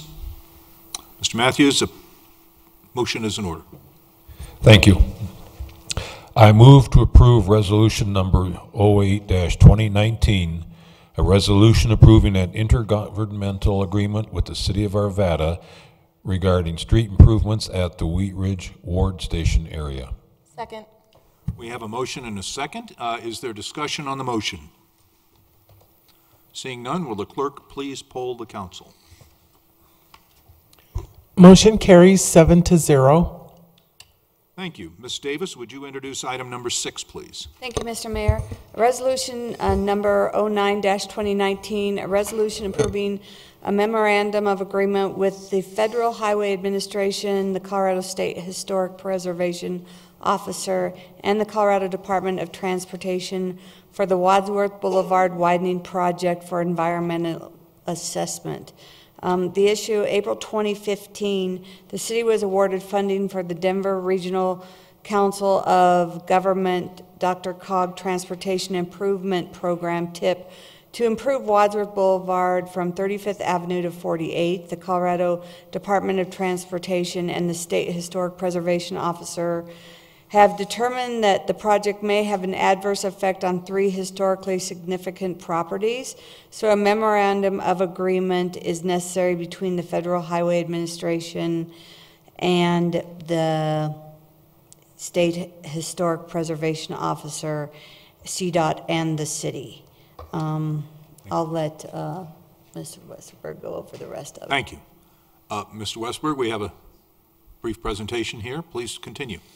The feeling we've got a lot going on in our little town. Oh, we're all worth it. Just as a really, really brief recap, we had several properties that were determined potentially eligible to be historical. 7 of those properties were determined to be that way along Wadsworth. 3 of those properties were determined to be adversely impacted.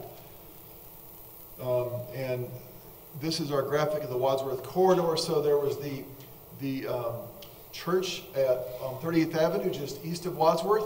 There's the Wardle Feed that's just off the corridor. There is the Methodist Church, or the Holy Cross Lutheran Church. I'm getting my churches confused. Holy Cross Church up here by 46th Avenue, and then the Applebacher House there by 47th. Those were all determined to be not adversely impacted. We had 3 properties determined that we were adversely impacting in spite of all of our efforts in a year of work to not do that. One of those was the property, the Butters Plum House, which is now operated by Daco and Sons Fleet Maintenance. The CM Dunn Building, which is now Jefferson County Mental Health. It used to be the Arapahoe House. And then there's a mid-century modern house here, and the names escape me at this moment, but it's a residence that's now is, I believe it's 3, they've got 3 rental units in it. So those are the 3 that were terminally adversely impacted. We've all gotten there. What our proposed mitigation is to mitigate those adverse impacts, besides all of the avoidance that we did, was some interpretive signage. We would put those at the bus shelters. They'd be incorporated on the side panels of those bus shelters. This was our city standard bus shelter. So either on one of these 2 side panels here, we would incorporate some signage on that. At the 38th and 44th stops, because those are our 4 most used stops on the corridor, our proposed signage topics will be the early agricultural history of the Wheat Ridge area, which is the residential will be the Butters Plum and the Bacher houses would be the 2 things highlighted.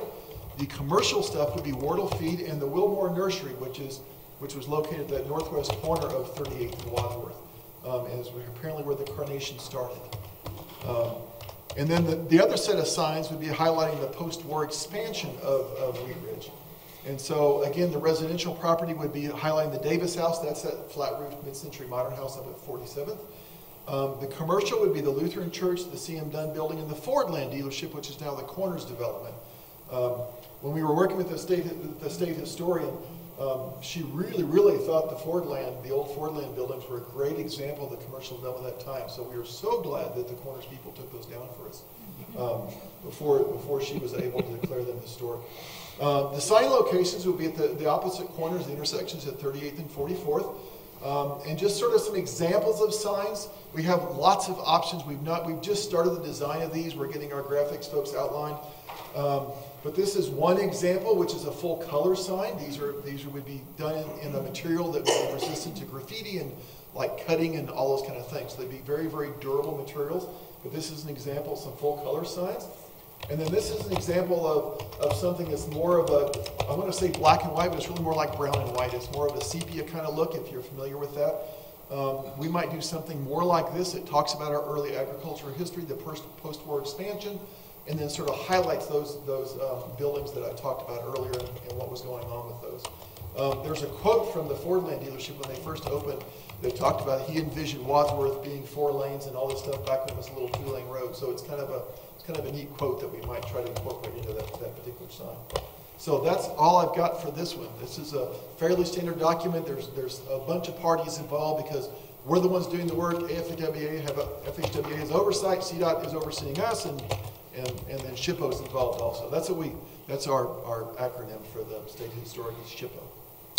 Thank you. I have no one signed up to speak on this. Is there anyone here tonight who would like to speak on this item from the public? I see no one, so I will open the floor for questions from council for staff. Mr. Urban. Thank you, Mr. Mayor, and this question is for Mark. The mid-century modern property at 46th and Wadsworth, are we going to be homaging the folding chairs on the roof in any way? Because those have been there for as long as I've seen that property. There was a rocking horse up there for a while, but I think that last windstorm we had, the hailstorm last year, blew that off. I don't think so. I think we'll mostly be highlighting the architect that originally designed that house and the original design and all those things. It is a great example of mid-century architecture with the flat roof and everything. It's just not very well maintained. Absolutely. I agree with that. Any further questions? Seeing none, a motion is in order. Ms. Davis. Thank you. Just an FYI, Wilmore was also known for dahlias. Hybridizing dahlias, just to let you know. I move to approve resolution number 09-2019, a resolution approving a memorandum of agreement with Federal Highway Administration for Colorado State Historic Preservation Officer and the Colorado Department of Transportation for the Wadsworth Boulevard widening project for environmental assessment. Do I hear a second? Second. Second by Mr. Urban. Is there discussion on the motion? Seeing none, will the clerk please poll the council? Motion carries 7-0. Thank you. Item number 7, Mr. Pond, would you introduce this item? Thank you, Mr. Mayor. Motion to amend the contract for professional services to AECom Technical Services Incorporated, Greenwood Village, Colorado for the period of January 1, 2019 to December 31, 2019, an amount not to exceed $1,466,966 and approve payments for ongoing program management services for the Investing for the Future program.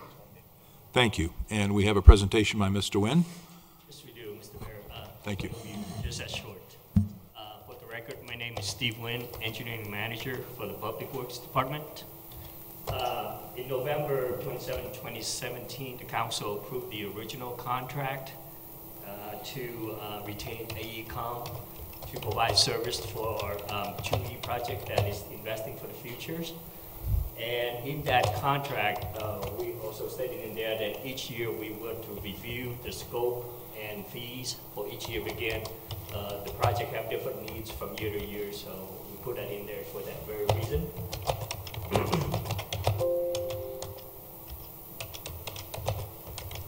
As far as what kind of service for the contract, certainly, like I said, deliver specific 2E related public improvements. It also serves as a staff extension. It depends on each area and certain staff that we need. We have that ability to do so. And also to review design, construction plans, and construction project oversights and inspection. And last but not least, assisted in coordinating public and private improvements. As you are aware, 2E project that we need for this contract is the Clare Creek Crossing, the Wadsworth Boulevard, and the Wheat Ridge Road Station. As far as the breakdown of contract cost, we have a total cost of just right below 1.5 million, and it comprised of the overall 2E project program management, and then there's that Clear Creek Crossing, Washwood Boulevard, and also Wheat Ridge Station, and that's the cost breakdown. In terms of project needs, as you can see, there's a variety of type of tasks, and it depends on for each project. Certainly that you can see that the common needs are for plans review and also construction. You can see that all that's applied to all 3 project locations. As far as some of the kind of a special needs or miscellaneous needs like grant assistant, public-private assistant, public outreach, the water road stations seem to have a need for that in the years of 2019. As far as where the money will help to fund for this, is mostly you can see is from the 2E program, and it's also supplemented by our CIP public work budget, and also community development project or development budget. So in a nutshell, that's the contract amendment that we're seeking for approval tonight. It's opened up for questions. Thank you very much. I have no one signed up to speak on this from the public, but I would open it now. If anyone is here that would like to speak on this item, you may come forward now. And I don't see anyone, so I'll open this up for questions from council to Mr. Nguyen. Seeing none, thank you, Mr. Nguyen, for your presentation. Mr. Matthews. Just while he's here, and I thought I heard you talk about a little bit, but I was a little confused with the ongoing program management services and approved payments for ongoing. Is that past this fiscal year? The part of this that says and approved payments for ongoing program management services for the investing for the future program, is that I'm not sure what you mean by that. Does that go into 2020 and 2021, or? That would be for this contract period. So it's just, I didn't get the ongoing part. Yeah, I'm sorry. Yeah, that is a little confusing. We're asking for council to approve the 1.4 and then also allow us to process invoices up to that amount of 1.4 over the year. So when the invoices come in, we don't have to necessarily bring all those back to council individually. Okay, so it's this contract. 1.4 million and this time period. Yep. Thank you. Any further questions? Then, Mr. Pond, a motion is in order. Thank you. I move to amend the contract for professional services to AECOM Technical Services Incorporated, Greenwich Village, Colorado, for the period of January 1, 2019 to December 31st, 2019, in an amount not to exceed $1,466,966, and approve payments for ongoing program management services for the Investing for the Future program. Second. Oh, there's a second by Ms. Dozman. Discussion by council on the motion. Hearing none, will the clerk please poll the council? Motion carries 7-0. Thank you very much. That concludes our the agenda items. We will move now to city managers matters. Mr. Goff? Yeah, thank you, Mr. Mayor. Just a quick question for City Council. I sent you all an email this Saturday concerning the appointment of a District 3 council seat, and applications have been released to the public. And as you all know, Tim was gracious enough to extend his resignation date to February 10th. As you remember, city charter requires that council replace within 30 days, and because of scheduling and holidays coming up on our council agenda, we needed a little bit extra time. So with the resignation date of February 10th, council will need to appoint by March 12th. So there's a couple meetings where you can do that, but we still have some scheduling issues and kind of needed your consensus on moving forward. So right now we have scheduled February 25th for presentations from candidates from District 3. February 25th.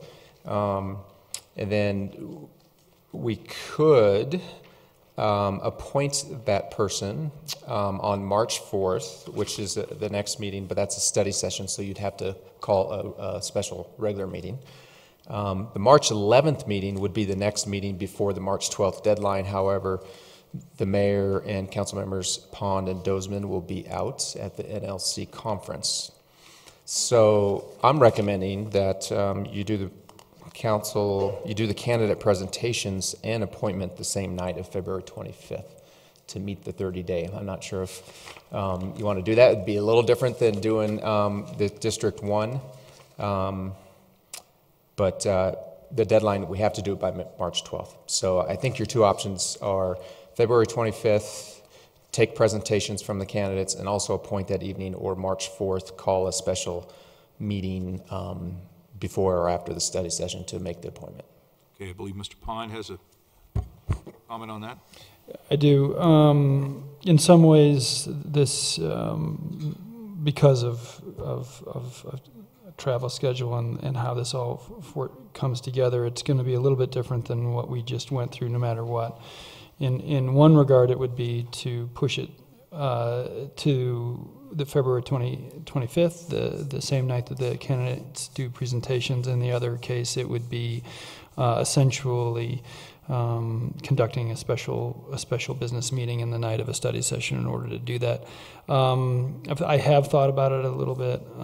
From my standpoint, I happen to feel like the process that we just went through was really good from a standpoint of presentations and then a little bit of decompression after that. In fact, it allowed for some candidates to think about what was going on, and in fact, one at that time decided to step down. Not that that's exactly what we would look like, but I think that happened to provide a period of thought. So I certainly could do and would be okay doing either one. I would just suggest that we think about doing it on March 4th and just kind of talk about whether or not, how awkward it is, if at all, to call a special meeting. When I first looked at this, I wasn't sure that it was a meeting night at all, and I was a little bit confused by it. But in fact, it's a study session night, so it's not like we're not here.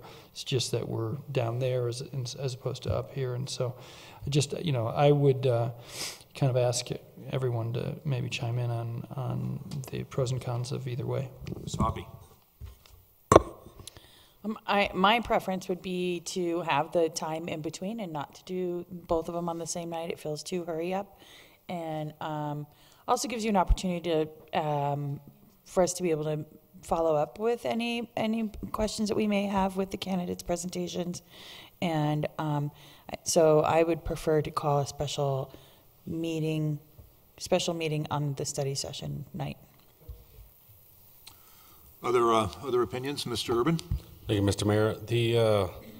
So long as we're conducting that special council meeting prior to the start of the study session, I think that would, allowing the newly appointed council member to participate in the study session. So I think that would be appropriate. Okay. Does that give you? Can I ask for a consensus? Maybe consensus would be great. Okay. Do we have a consensus on that? On what Zach just said? We have a consensus to have candidate presentations on February 25th and call for a special meeting on March 4th, prior to the study session, so that we may appoint a candidate to the District 3 vacancy and then continue with our study session after. We have consensus on that Perfect. motion. Great. Thank you so much. City Attorney's matters, Mr. Dahl. Nothing tonight, thank you. Thank you. We will go to elected officials matters and start with our clerk, Ms. Shaver. I don't have anything, clerk, but I wanted to, for the last month, I have been driving down 29th Avenue almost every day, and because there's that jog, it's just bugged me. It's like, since they're going to straighten out the road, are you going to give those people on the south side a few inches of extra grass for their property? Yeah, actually, No? the road shifts to the north in straightening it out, so that will provide, should give curb, gutter, and sidewalk, and I don't know whether they get much more in the way of amenities on those properties from Fenton going west. Maybe Mr. Gwen knows, is the curb and gutter on the south side of the street going to be moved at all? From what I can recall from the plan, I think it will be moved. You know, it will create a distance from their edge of their garage to the street side. There is none now, as you can see. But I think once we realign that, I think that should be given some depth back to those properties. Good. All right. That's all. I don't have anything else. Thank you. Mr. Matthews.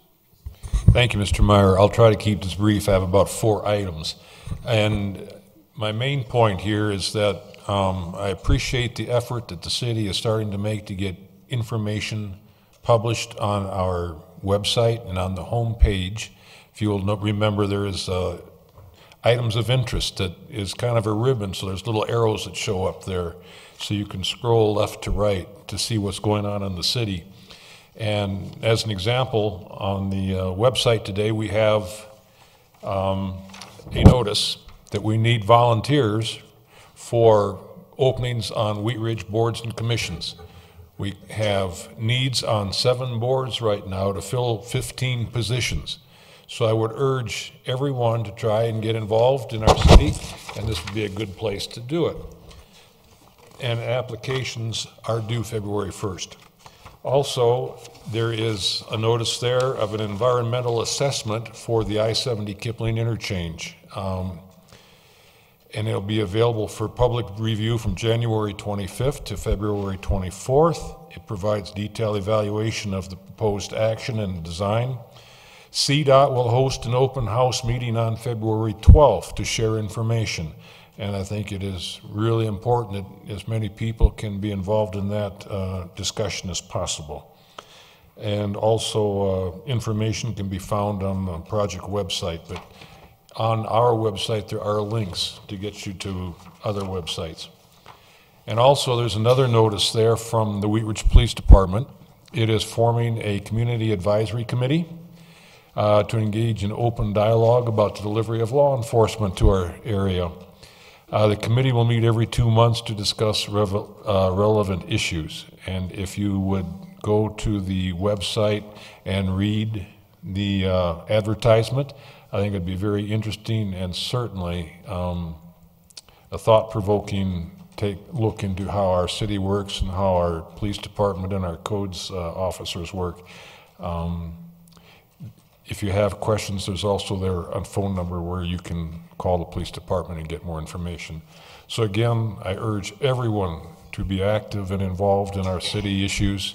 And please, we are making an effort to get more information on the website, and we certainly hope you take advantage of it. Thank you.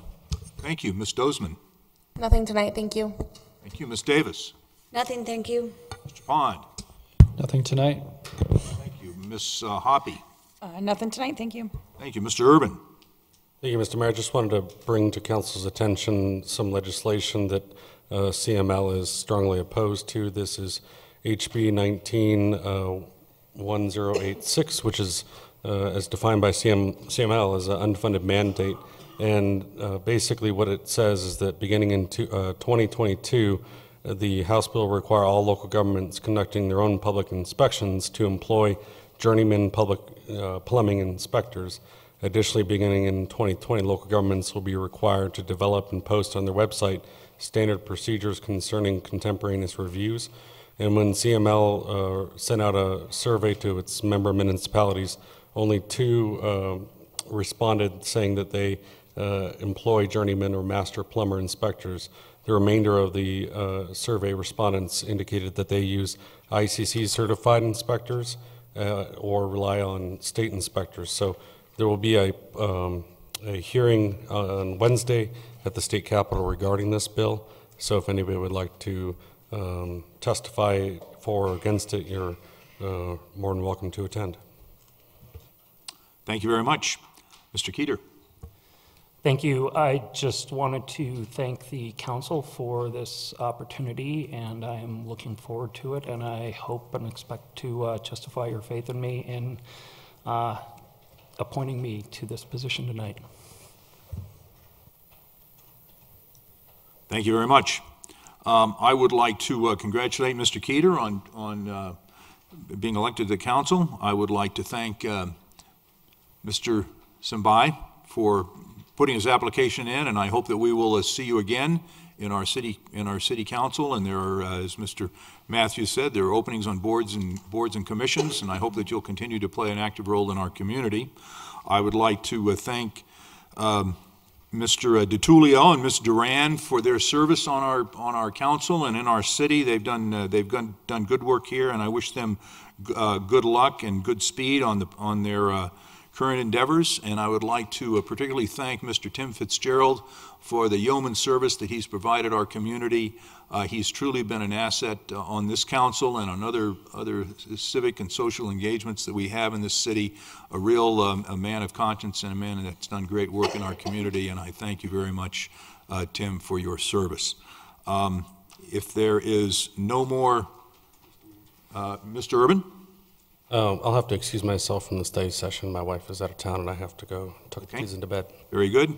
If there are no more business to come before the council for this meeting, then I will adjourn the council meeting, and we will convene in about 5 minutes. Give us enough time to reconvene for a study session, so we will be back in about 5 minutes. Thank you very much.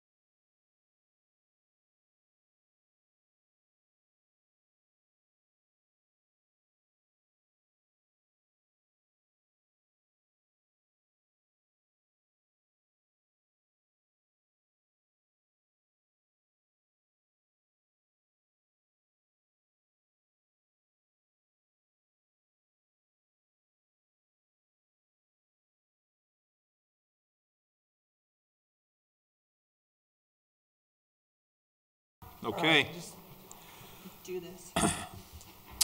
Then I would like to call to order the study session meeting for the City Council for the City of Wheat Ridge, Colorado for January 28th, 2019.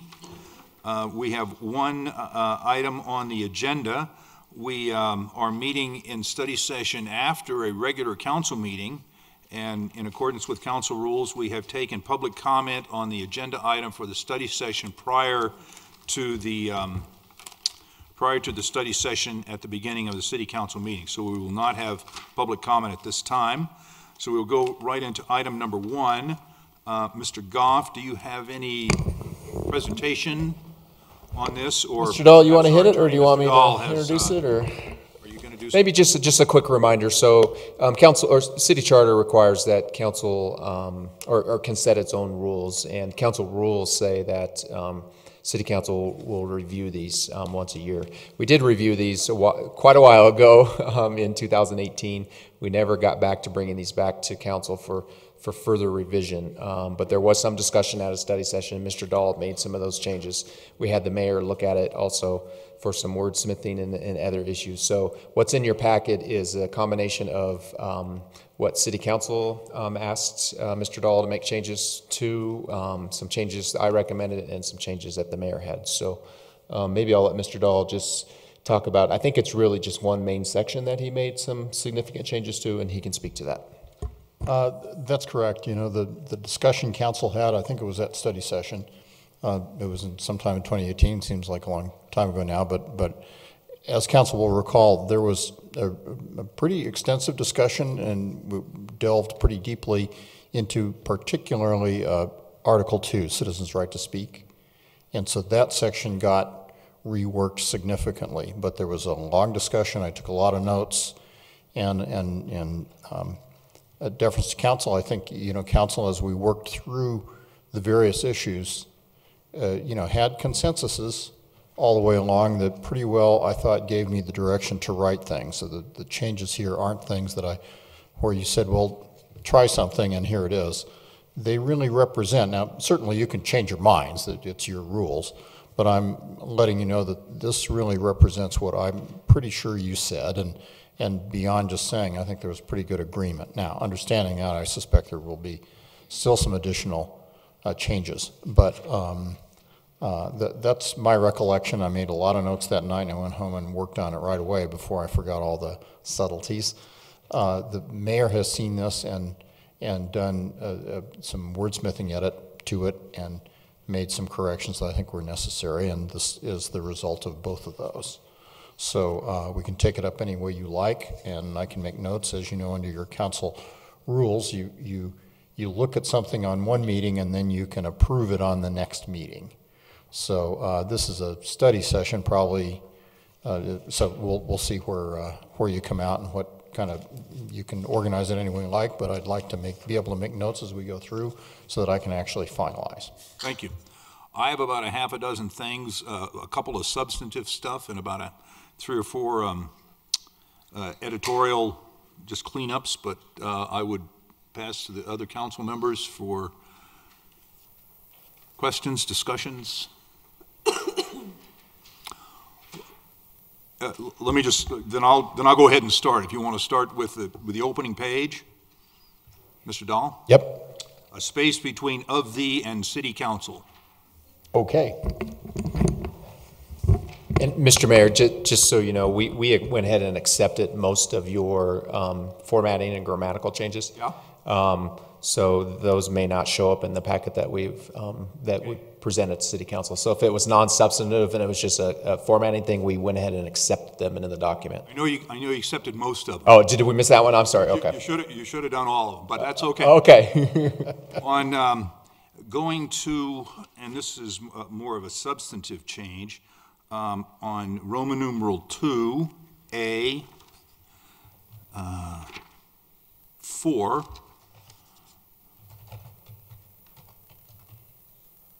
E. Just for clarity, I would look at E as reading Written comments are permitted on any agenda item or non-agenda item and should be given to the city clerk. I would propose that we put a comma, however, comma, and then go into the following paragraph. Because they seem to go together, and I don't know why you would have why you would have separated them. And then I think it also gives sort of more context and clarity about written comments. We should probably discuss that a little bit. Historically, that rule sort of covered the following fact pattern. I remember in the late 90s, people would write letters and give them to someone to come to a public hearing on a land use matter, for example. And the rule was reasonably adhered to that okay, who's going to read that into the record? And someone always would be available, usually a council member would consent to do that.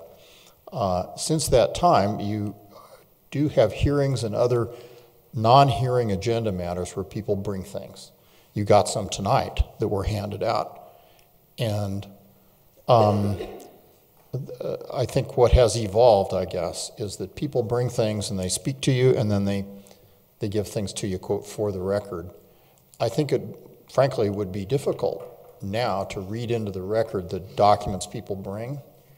And again, it's your rule, but I would be inclined to move to the position of saying, make your comments, and if you've got documents you want to give to us, fine, we'll accept them for the record, thank you, but not require that they be read, because I really think the practice has moved beyond that, and that'd be my thought about that. I don't see that this talks about anything about documents that people give to council. This is really only about documents that are read at the meeting. Mr. Pond? Yeah, I guess I agree with both of you, which is to say that as I interpret this, this is about kind of almost written comments or written testimony, and therefore I agree that either these should be combined in order to basically say written comments are permitted, however they have to be entered into the record in this way. I do think that's different than I don't know what it's a name that we don't have in here. Associated materials or something like that. So to me, this is getting to the point of I couldn't be here tonight, so I wrote a letter. Yeah. And that's different than I came and talked, and I have some things to leave behind. And you had that tonight. There was and we have that often, and that's fine. And I think you want to have both things. You want to be able to say someone that can't attend and wants to provide a letter during citizens' comments, have a rule for how that's read. But then someone who shows up and wants to give you materials don't need to be read because they're the witness. They're kind of introducing their own exhibits, and great. I think we can make that happen if is that a distinction that council's comfortable with? Well, do we have to make, I guess the question is, do we have to make that distinction? I still agree with the mayor that that ENF should be joined into should be joined, and so then secondarily would be whether or not we have to be explicit about these other materials. It seems like we've been conducting it. Yeah, you have. You've not been rejecting. So I don't think we have to. I don't think we need to be explicit in these rules. That'd be my. Okay. If there's not a problem understanding that your practice has been to follow that, then we can connect E and F and call it good. We don't really opine on people giving us literature, and they are, I assume, not part of the public record. Well, they are in the sense that they're public documents. Certainly, they're given to the council during public meeting under the Open Records Act. They're things that must be disclosed if we're asked for them later, because they are. Okay. And does Janelle, you always these are. I always keep a copy of everything that you guys receive, and it's in the file room. Good. Whether it's something from a study session or, like booklets that companies hand out. And yeah. What I was more getting at is, and I hadn't really thought about the material, I was really thinking about reading a letter in council. And so actually I had one other sort of clarity in the second half, the second sentence in paragraph F, which would change if we combine them into one.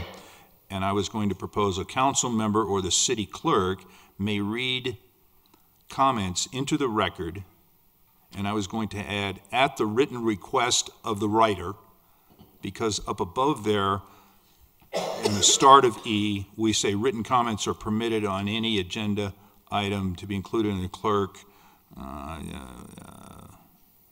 But we say, I guess in the next one, representing the author present to read into the record. So it seems to me like you would want to have the writer give written permission for someone to read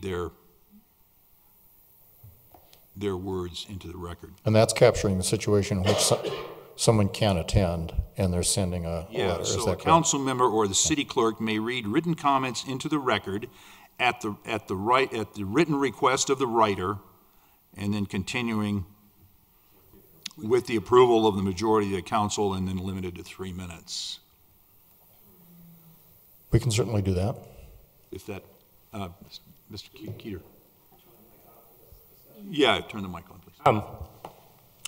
Just a question on that. Am I reading the way it's written that reading a written comment into the record is limited to 3 minutes, even for matters where the verbal comments are not so limited?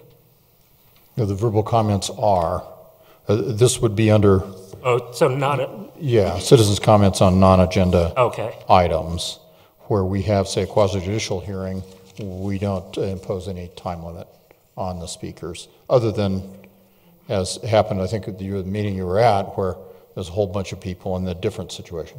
Right. I'm just, and I may be misreading this, but if we're combining F with E, E applies to agenda or non-agenda items.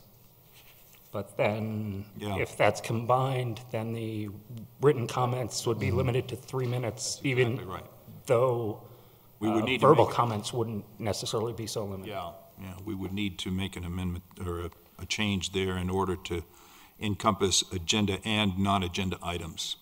You might consider, since this number 4 is general restrictions on citizens' right to speak, so it's the citizens' right to speak at the beginning of the meeting, not on an agenda item later, you might consider just deleting the agenda or non-agenda items phrase, because this is all about the citizens' right to speak on non-agenda items at the beginning of the meeting anyhow.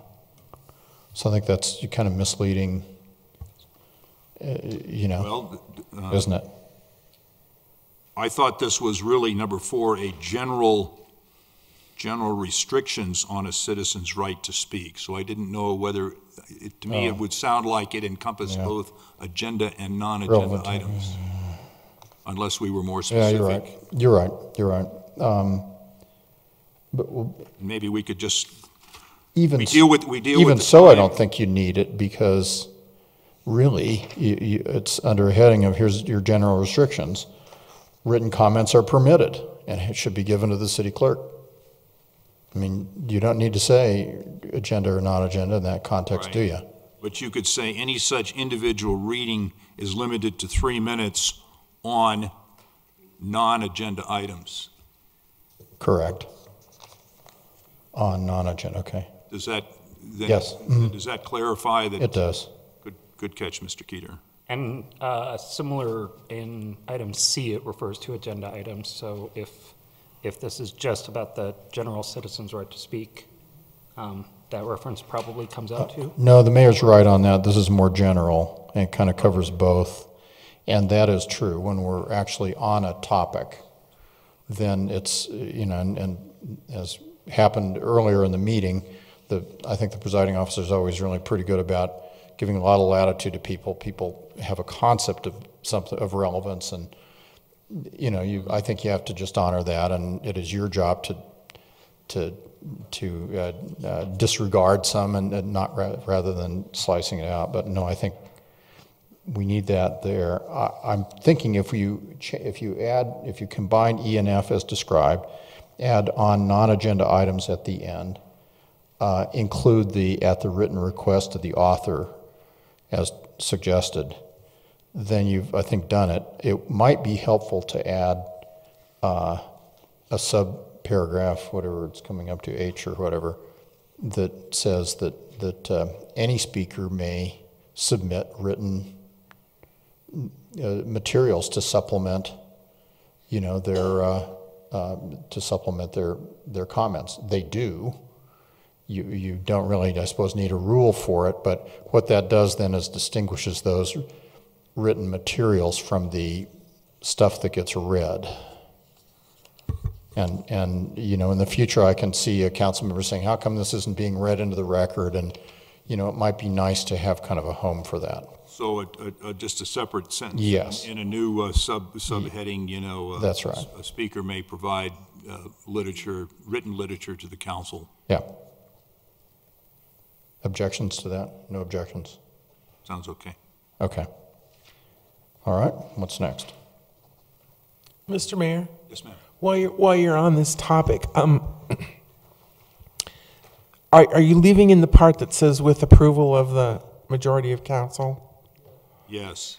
And what about, there's been some cases in the past where council people have read letters into the record.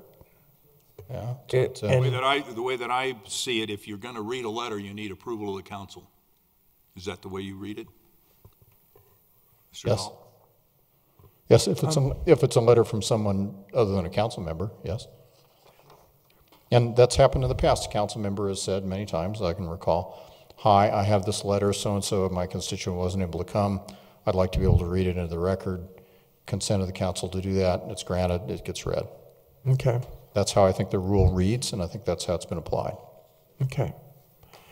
What's next? And the other issue I had about this is that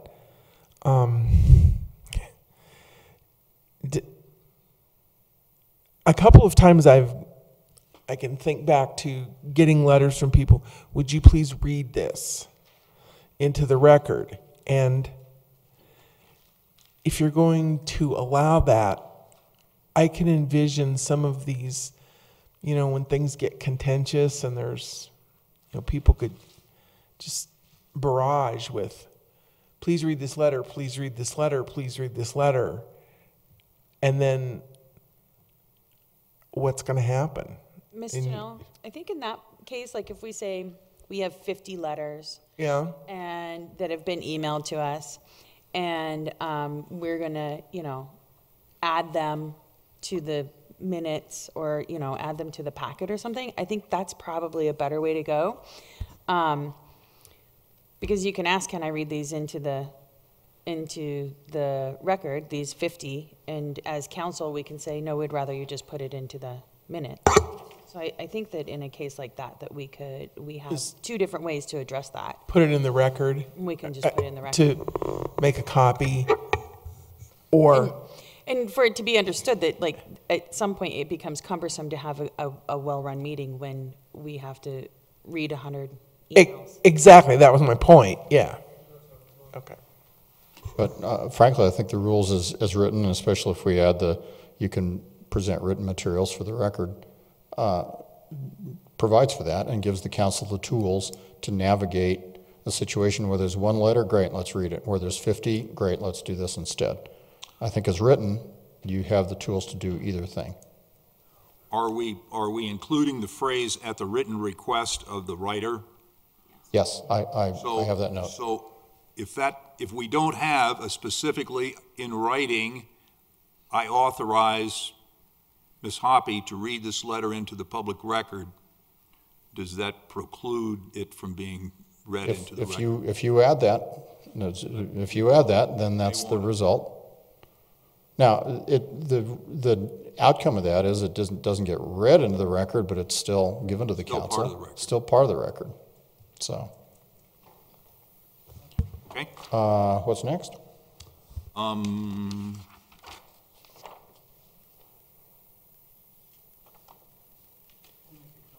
Can I raise something that's on page 6, if we're to that, which is the election of the mayor pro tem? Yeah, I've got one before that. It looked like Okay. we missed a D, a small D in the, well, it needs to get where it needs to get. And then F needs to get where it needs to get. My suggestion is we'll run this out in clean. Good. And we'll do a language proof so as to save your time here, but we promise we'll do that. And then the only, go ahead. I had some more, but I don't want to. Okay. Mr. Pond? Really quick, just to stay on the right to speak area and be responsive to some of the comments prior to the study session. Under citizens' right to speak, A to B, this is what we did and have done from time to time, which reads, for agenda items, citizens may speak once for each agenda item for any length of time unless limited by the presiding officer at the beginning of the item. And I would suggest that that stays exactly the way it is. With all due respect to the folks who commented, this is necessary and has been necessary from time to time to manage the flow of the meeting and make sure that actually everyone has a chance to speak. So while it's unfortunate that some people may feel it's restrictive, and in fact, I've seen it both at the Planning Commission and here, make sure that everyone is getting a chance to get up to the mic in a reasonable period of time, and in fact that we're limiting the amount of repetition of testimony or comments. So I just wanted to bring that up. And I did have one sort of an aside on that, and I was able to see the meeting that I missed, and Ms. Toppy, I think, did a very good job on a very tough meeting. Yeah. As I looked at that meeting and thought about the fairness involved and the limitation of time on speakers, it occurred to me that at the beginning of the meeting, if you knew that you had 2 or more hearings that had a number of people signed up to speak, it was somewhat unfair to not have limited debate in the first hearing and limited debate in the second hearing. I saw people in the first hearing that took 8 or 10 or 15 minutes because there was not a time limit. And it occurred to me that there was not equity in the 2 public hearings taken as a whole. So if we were to look at that in another meeting, I said, well, if we were going to limit debate at the beginning of the meeting or at the beginning of the item, one might say we have 15 or 20 or 30 people signed up on this hearing, we've got 15 or 20 or 30 signed up on this hearing. I'm going to limit debate at the beginning of the item on this one, but I also intend to limit debate similarly on the next item. I mean, I guess I would say in that situation, the ones prior to that one had 5 people signed up and one had 7. And the last one had 25, and it was almost 10 o'clock, and our meeting's supposed to end at 11, and there were some elderly people in the audience who were not faring well, that were on that list and had sat there all night to be able to come and have their time at the podium. So, I mean, at that point, that's why. So I don't know if we want to maybe say after a certain number of people, then we limit it, or if we, but I most definitely will take that in consideration in the future and say, if we have several people and our time is cutting short, then I may end up limiting or whatever if I end up being the chair of a meeting where that happens again. I agree with that, and honestly, I believe that the chair needs to be able to kind of navigate the meeting as the meeting evolves. And just the numbers of people signed up often isn't indicative of what happens. That's exactly what happened on that one. The number of people signed up for that early one did not fairly represent the amount of time that item took. And there was no way for you to know that until after it. And then other things happen. Then you're late in the meeting night, and I think the chair has to do, and the chair in that case did, do what was needed to be done to be able to still have a fair system that sure, in hindsight, if you knew all of that ahead of time at 7 o'clock, you would have made other arrangements, but that doesn't happen. So I would be inclined to leave that in the discretion of the chair as it is now. Can I make a suggestion on Mayor Pro Tem to that? It's on page 6. Yes.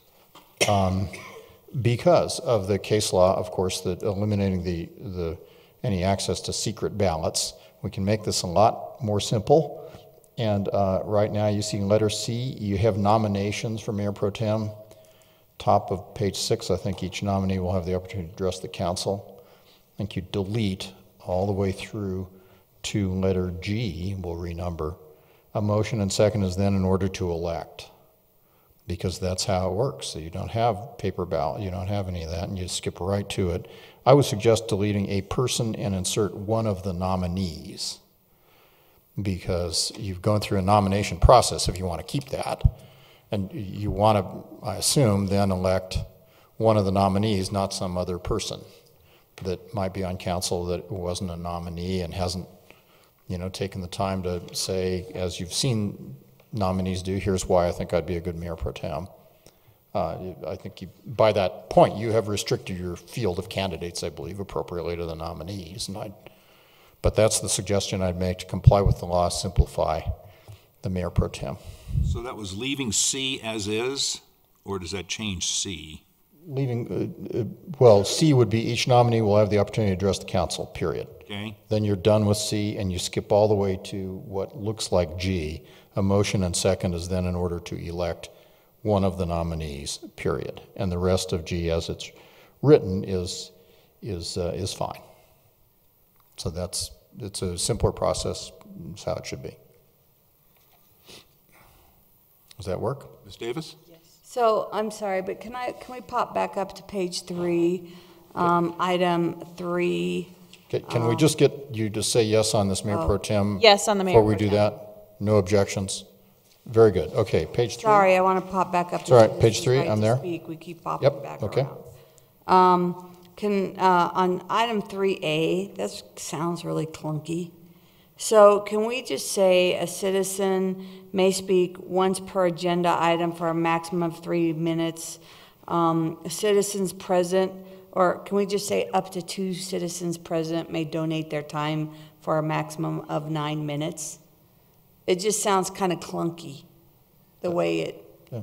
Same results, up to you. Which would you? Yeah, I mean, which it would you- just, if you read it, it just kind of sounds confusing and clunky. You don't know who's donating what time.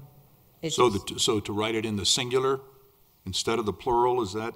Well, it just sounds weird. It says citizens present may donate time to other speaker for a maximum of 9 minutes, including the 3 minutes of the person to whom donated. It just, And you'd rather I say just what? think it, See what you want it to say? I think What's your change? when I wrote it, and I wrote it and scratched it out, but starting with citizens, I would take it into the singular because you're in the Yeah. singular on the first part. A citizen present and signed up to speak may donate his time to another speaker so a for a citizen. maximum of 9 minutes. A citizen may speak once per agenda item for a maximum of 3 minutes. Citizens present, up to 2 citizens present may donate their time to the speaker for a maximum of 9 minutes. Yep, I like that. Okay. So it will read, a citizen may speak once per agenda item for a maximum of 3 minutes. Up to 2 citizens present signed up to speak may donate their time to the speaker for a maximum of 9 minutes, including the 3 minutes, etc. Is that Take it? out the including the 3 minutes Just a maximum of 9 minutes. for a maximum of 9 minutes. So you period after at maximum of 9 minutes? Yeah. Is that correct? Everybody okay with that? Going once, going twice? Okay, done. Okay. What's next? Go ahead, Mr. On that same paragraph, I think in practice, I mean, maybe I'm wrong, this is kind of a question. We've been allowing someone to come up for 3 minutes during that right to speak. This might be interpreted, maybe it should be, that they can speak for 3 minutes per agenda item that they want to speak on, meaning if they were speaking on 2 agenda items at that study session, technically they could speak for 6 minutes. And I'm not sure that's either ever happened or that that's what we meant, but it may be interpreted by this language by saying a citizen may speak once per agenda item. I feel like we did discuss this and we did say yes, Yeah, they one can. per agenda So they item. can, and that's They can perfect. for Okay, 6 that's minutes, perfect. I but just they wanted have to- to Yeah. go, You have to back. sit Yep. back down. Yep. Put that in there. All right, that's good. I just Okay. wanted to confirm that.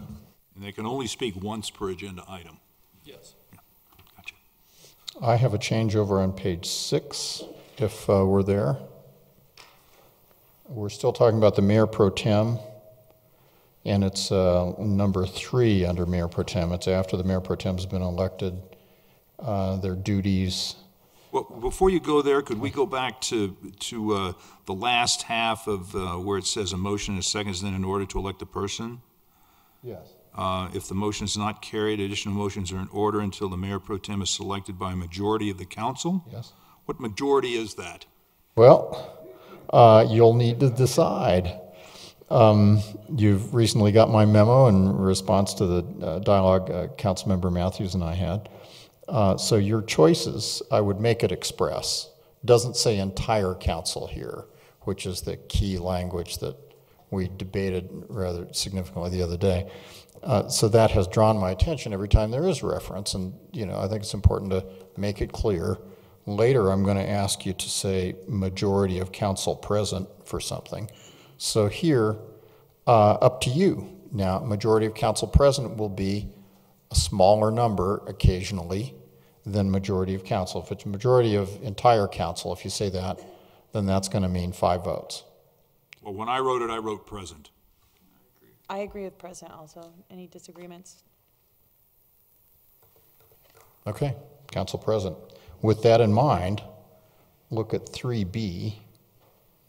I think you probably want to say council present. Certainly you want that because that's when you're adjusting agenda items, et cetera. There shouldn't be any kind of supermajority there. If you got a council present, that's a quorum. So an item may be added by the council by majority vote of council present. Is that okay? Yep. I think that's how you operate, but I wanted to make it clear. Yeah. Yes. Okay, all right. Oh, no nos? I had one more there. Next item. On that 3A, and we talk about this in other places, an item placed on the agenda by 2 council members or the mayor prior to the meeting pursuant to Rule 5D1. Okay, I've got that. No objections? Okay. Not mayors. Not mayor singularly, a council Mayor and the and a mayor. council member, yeah. Singularly. 2 council members or a council member and the mayor is what we're intending? Okay, fine. Right. Or a council, okay. Should it say by 2 members? By 2 elected, I mean, because what if the treasurer should we do elect, like, what if the treasurer wants to? They're not part No, of the this is the council's agenda. Okay. The council sets its agenda. All right, cool. Okay, I've got a minor thing over on page 9. Does someone have anything before then? Just some of the, when you format it, you'll get city attorney and D in the right place, and that'll work itself out. Yeah, yeah. Yeah, we'll run a clean version, and the red line, is good for a tool, but then we'll run a clean version. I'll have 3 different people that haven't ever read it before read it and make sure that those kinds of things are adjusted. Excellent. Okay.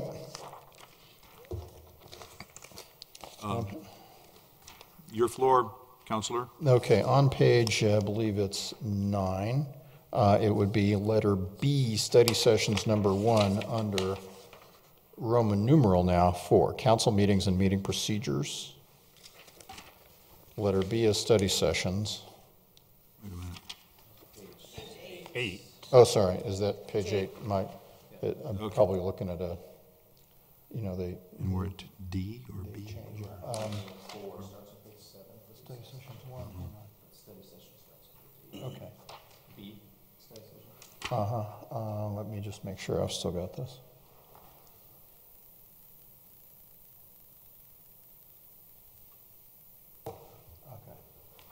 You'll see that the second sentence under B1, B1 begins, study session shall be for the purpose of discussing concepts, etc. I believe the second sentence begins with unless. And I'm wondering if... You're on B1? B1, yes. So study sessions. The second sentence. No formal business. Oh, I guess it'd be the third sentence. Unless an issue is disposed of at a regular, that sentence, the last sentence, I guess, in B1. Yeah, last sentence. Okay, last sentence, sorry. Begins with unless, and I'm wondering if you want to say until.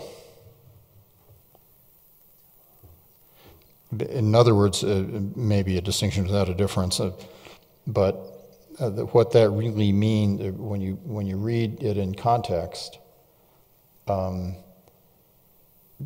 know, you're in a study session, you have non-binding consensus votes, but there is this 6-month, you know, rule. And it seemed to me that until, you know, unless it's been disposed of, unless you kind of acted, you haven't triggered your 6-month time period, have you? You know, that's what this is about. It's, look, once we say, you know, once we deal with this one way or another, you know, you can't just keep coming back on the agenda, torturing us, and so that, you know, you're done for 6 months. But if you haven't dealt with it, then that 6 months doesn't start running until you've had a vote and you said yes or no or something, and then the 6-month lockout rule runs. Now, this may be a distinction without a difference. All hands up if everybody thinks that, in which case we can just stick with unless. But I'm saying, hey, until you vote, the rule doesn't apply, is what I'm trying to make it say. So if there's a consensus no, then the rule doesn't apply. If you have a vote on something, either way. Is consensus considered a vote, though? I mean, like. Yeah, in this context, yes.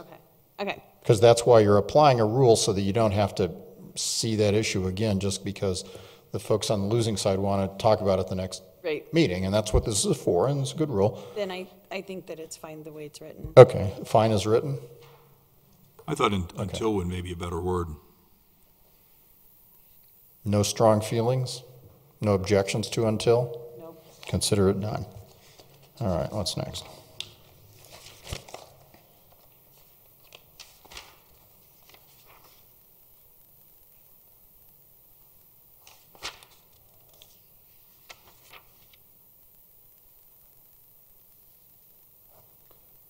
Comments from anyone before, say, page 10, meeting notices?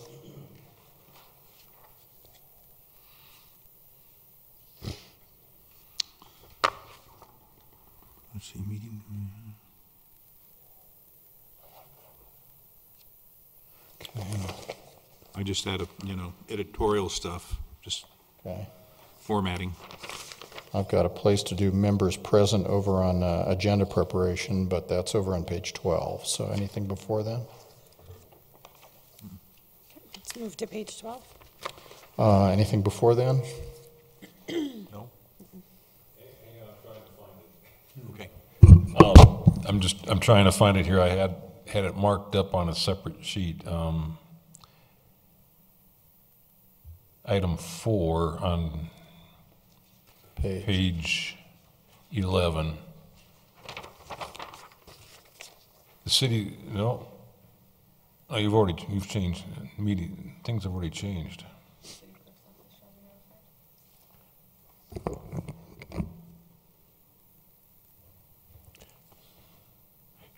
Okay, the original page 11 is now a different page 11, so let me find where I'm at here.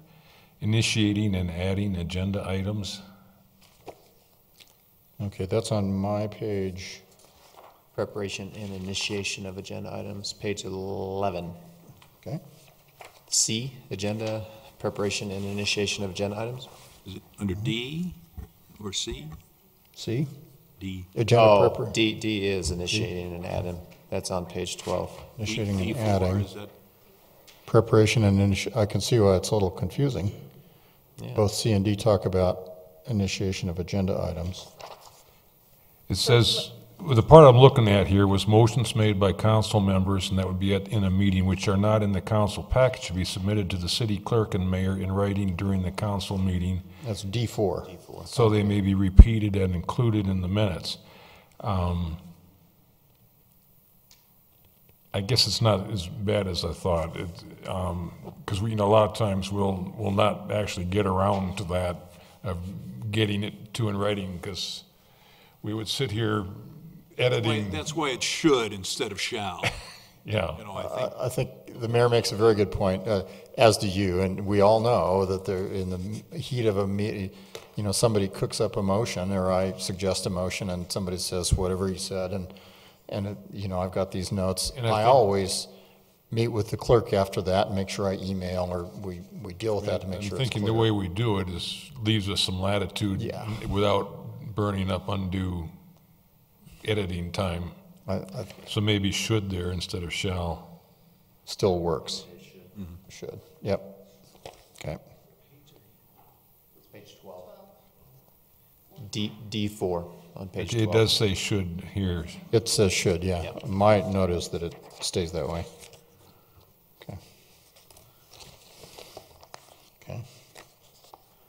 And I have one on E if we're moving in that direction. Public hearings? Public hearings. Okay. And this, I was proposing to add, but not shall. And let's see, about 2/3 of the way down, we're talking about the city council shall not entertain a motion for the final disposition of the matter until the city staff and applicant have made their presentations, if any. The public has been able to speak on the matter, and I wanted to propose, the city staff and the applicant have been able to clarify any issues raised, we had a situation where, and it wasn't really in a public hearing, but on the matter of the flag lots, when we had a discussion, and there was a bit of consternation, I think, in the audience, that the applicant was, and it wasn't an applicant because it wasn't a public hearing, but it was the person who had caused the incident to occur, was allowed to come back to the podium, and the public, there was some request about, well, are we all going to be able to come back? Yeah. And so that was the genesis of that note. I support that, just from the procedure I see in other cities and just generally. I realize sometimes the public gets upset when the applicant gets to come up to the table, to the podium again and answer questions, or the staff, that happened during the public testimony, but often that's really important for the council to hear. And it's a rule that you have the right to impose, and it would give you the ability to say to the, justify to the public that, no, this is pursuant to our rules. We do allow the applicant to answer, questions after the public testimony is over. Your call, of course, but that does happen regularly, and I think it's of benefit to the council to have the ability to ask the applicant or the staff, we heard this from the public, what's going on? I agree. Objections? Any no's? Consensus there? Okay. Okay. I'll add it. All right. Mr. Dahl, didn't you have something on page 12? I did. I think it's 12. I'll look at letter D, initiating and adding agenda items D, be D5.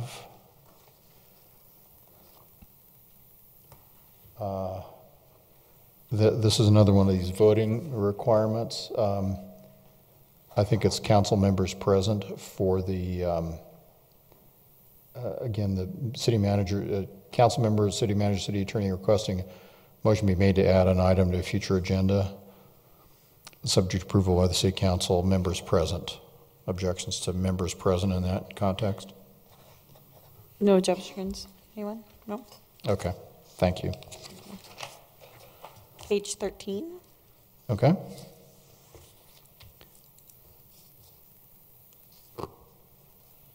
Page 13, somebody has a question on 13? Bud, do you have another one? These are just Okay. formatting, a couple of formatting issues there. Page 14, anybody? Okay. 14, I don't have any We just had formatting. requests. And page 15.